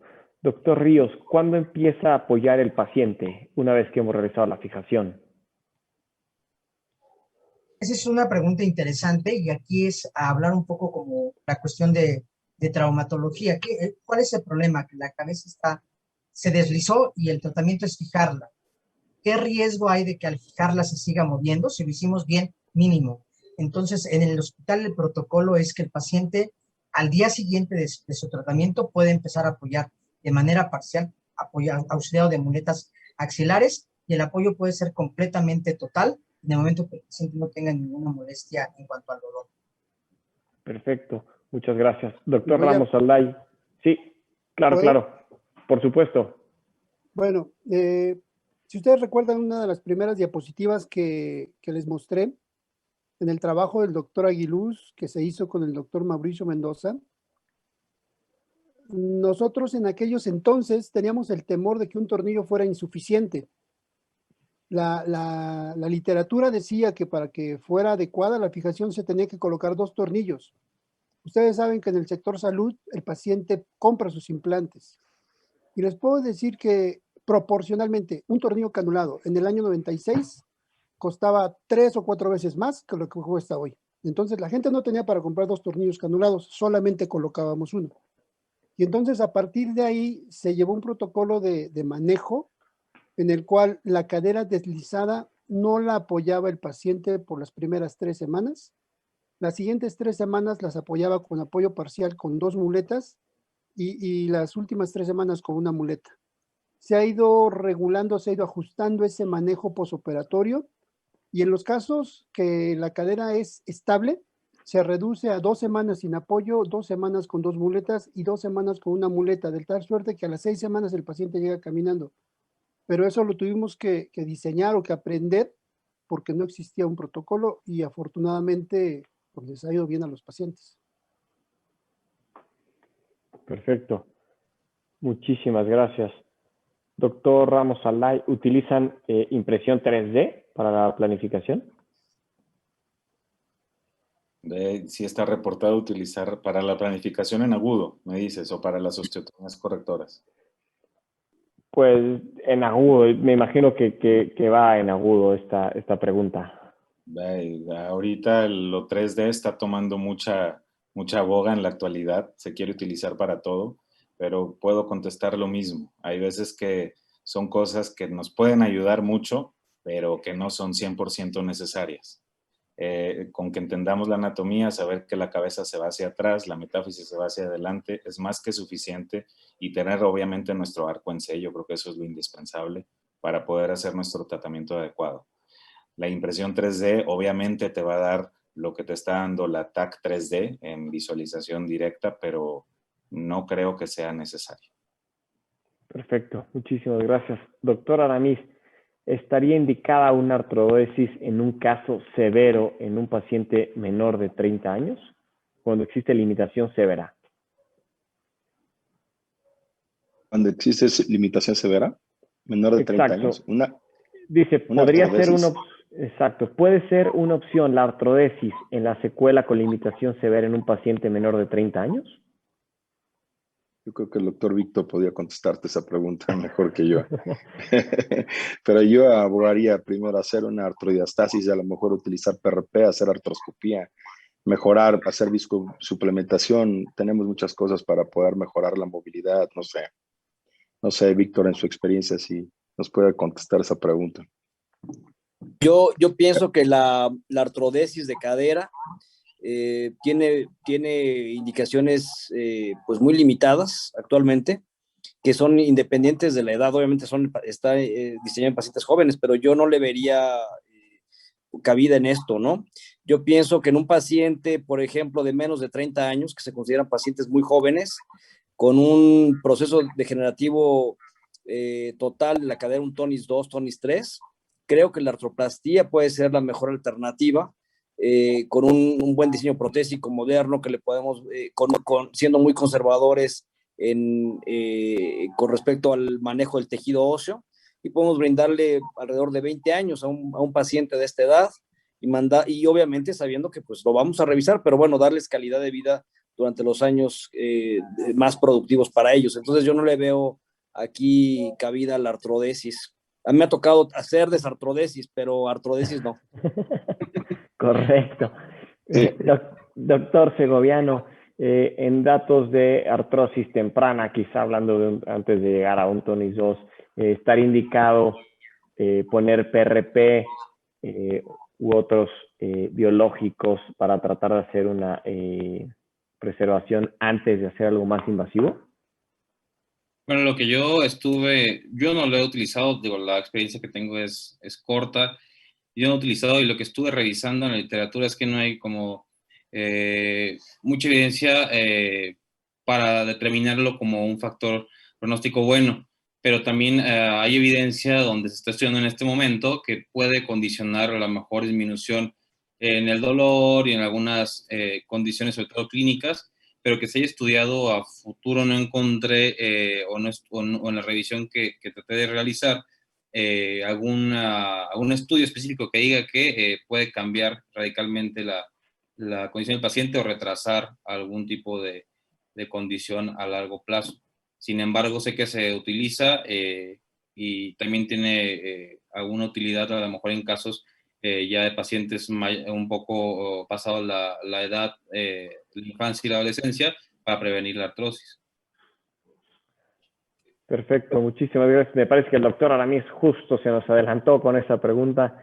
Doctor Aramis, PRP o algún biológico que nos ayude a retrasar un tratamiento más invasivo. Sé que puede ser una opción la artroscopía, ¿no? Eso no hay duda, pero asociado a la artroscopía, por ejemplo. Bueno, y lo que yo he utilizado ahí en el instituto, y por lo regular cuando tengo este tipo de pacientes, he utilizado la viscosuplementación. PRP es he utilizado, creo que éramos 2 pacientes, y eso en casos muy severos, pero es ahora sí que algo paliativo, más que nada. ¿Por qué? Porque vamos a disminuir el dolor, pero no vamos a cambiar la parte que nos está provocando la etiología de esta enfermedad. Entonces yo creo que lo más importante es analizar qué es lo que nos está provocando para poder modificar y retrasar un poquito el daño articular que se tiene. Entonces la viscosuplementación, como en la rodilla, pues nos puede ser de gran ayuda, aunque les comento, no hay nada publicado en niños, ¿eh? O sea, menores de 15 años no hay nada publicado. Entonces eso es algo que apenas estoy empezando a utilizar, así como otros factores, pero no hay nada publicado. Entonces no hay mucha evidencia en esto. Perfecto. Un comentario, Claro. ¿sí? En este caso, pues el PRP tendría muy poco que hacer, porque es una alteración anatómico-mecánica, y lo que hay que corregir es esa alteración mecánica. Si no se corrige por suplementación, PRP y demás, si no se corrige la alteración mecánica, pues de nada va a servir cualquier suplemento que le pongamos ahí dentro. Entonces hay que corregir la alteración anatómico-mecánica, nada más, sea a través de osteotomía bueno, ya. Adelante, Sí, doctor claro. Aramí. No, tiene razón el doctor Carmen, y la verdad que es importante conocer esto, porque muchas de las veces que lo que nos pasa, ¿no? Igual que en la rodilla, ¿no? Tenemos una lesión de menisco, el paciente tiene un geno varo, le arreglamos el menisco, pero sigue teniendo la alteración biomecánica, entonces pues, necesitamos hacer las dos cosas. O sea, al final de cuentas el paciente va a regresar con nosotros, entonces aquí le doy la razón al doctor Carmen, ¿no?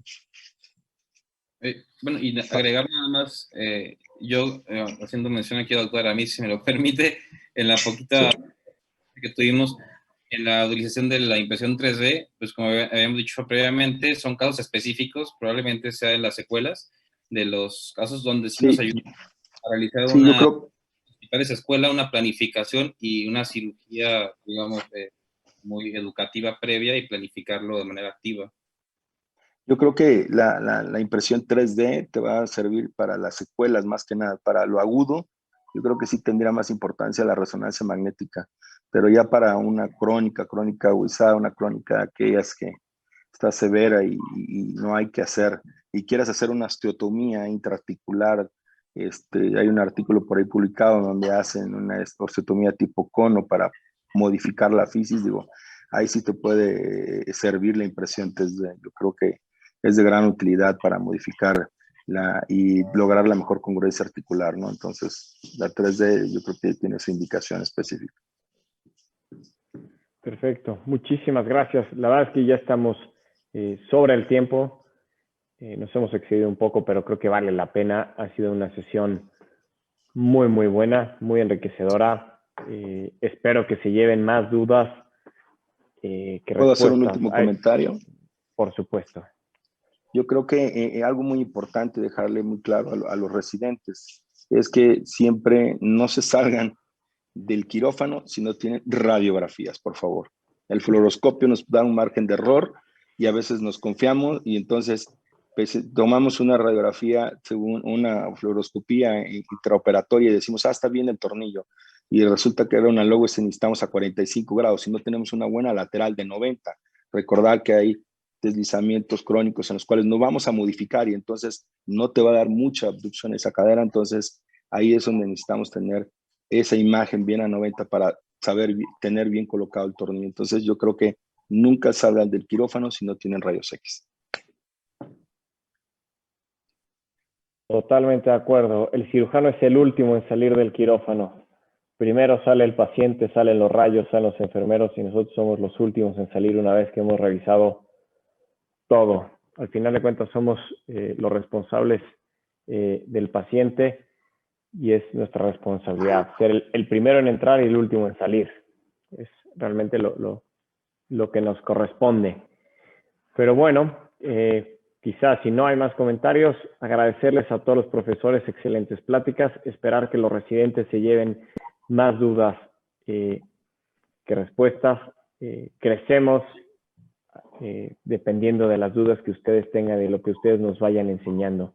Entonces, espero que ustedes nos puedan enseñar mucho con todas las dudas que hoy se han generado. Agradezco a todos los ponentes y espero vernos pronto en la próxima sesión del capítulo de residentes. Muchísimas gracias de verdad a todos por su tiempo. No, gracias a usted, al contrario. Gracias. Gracias. Saludos a todos. Saludos. Buenas noches. Gracias, saludos. Gracias.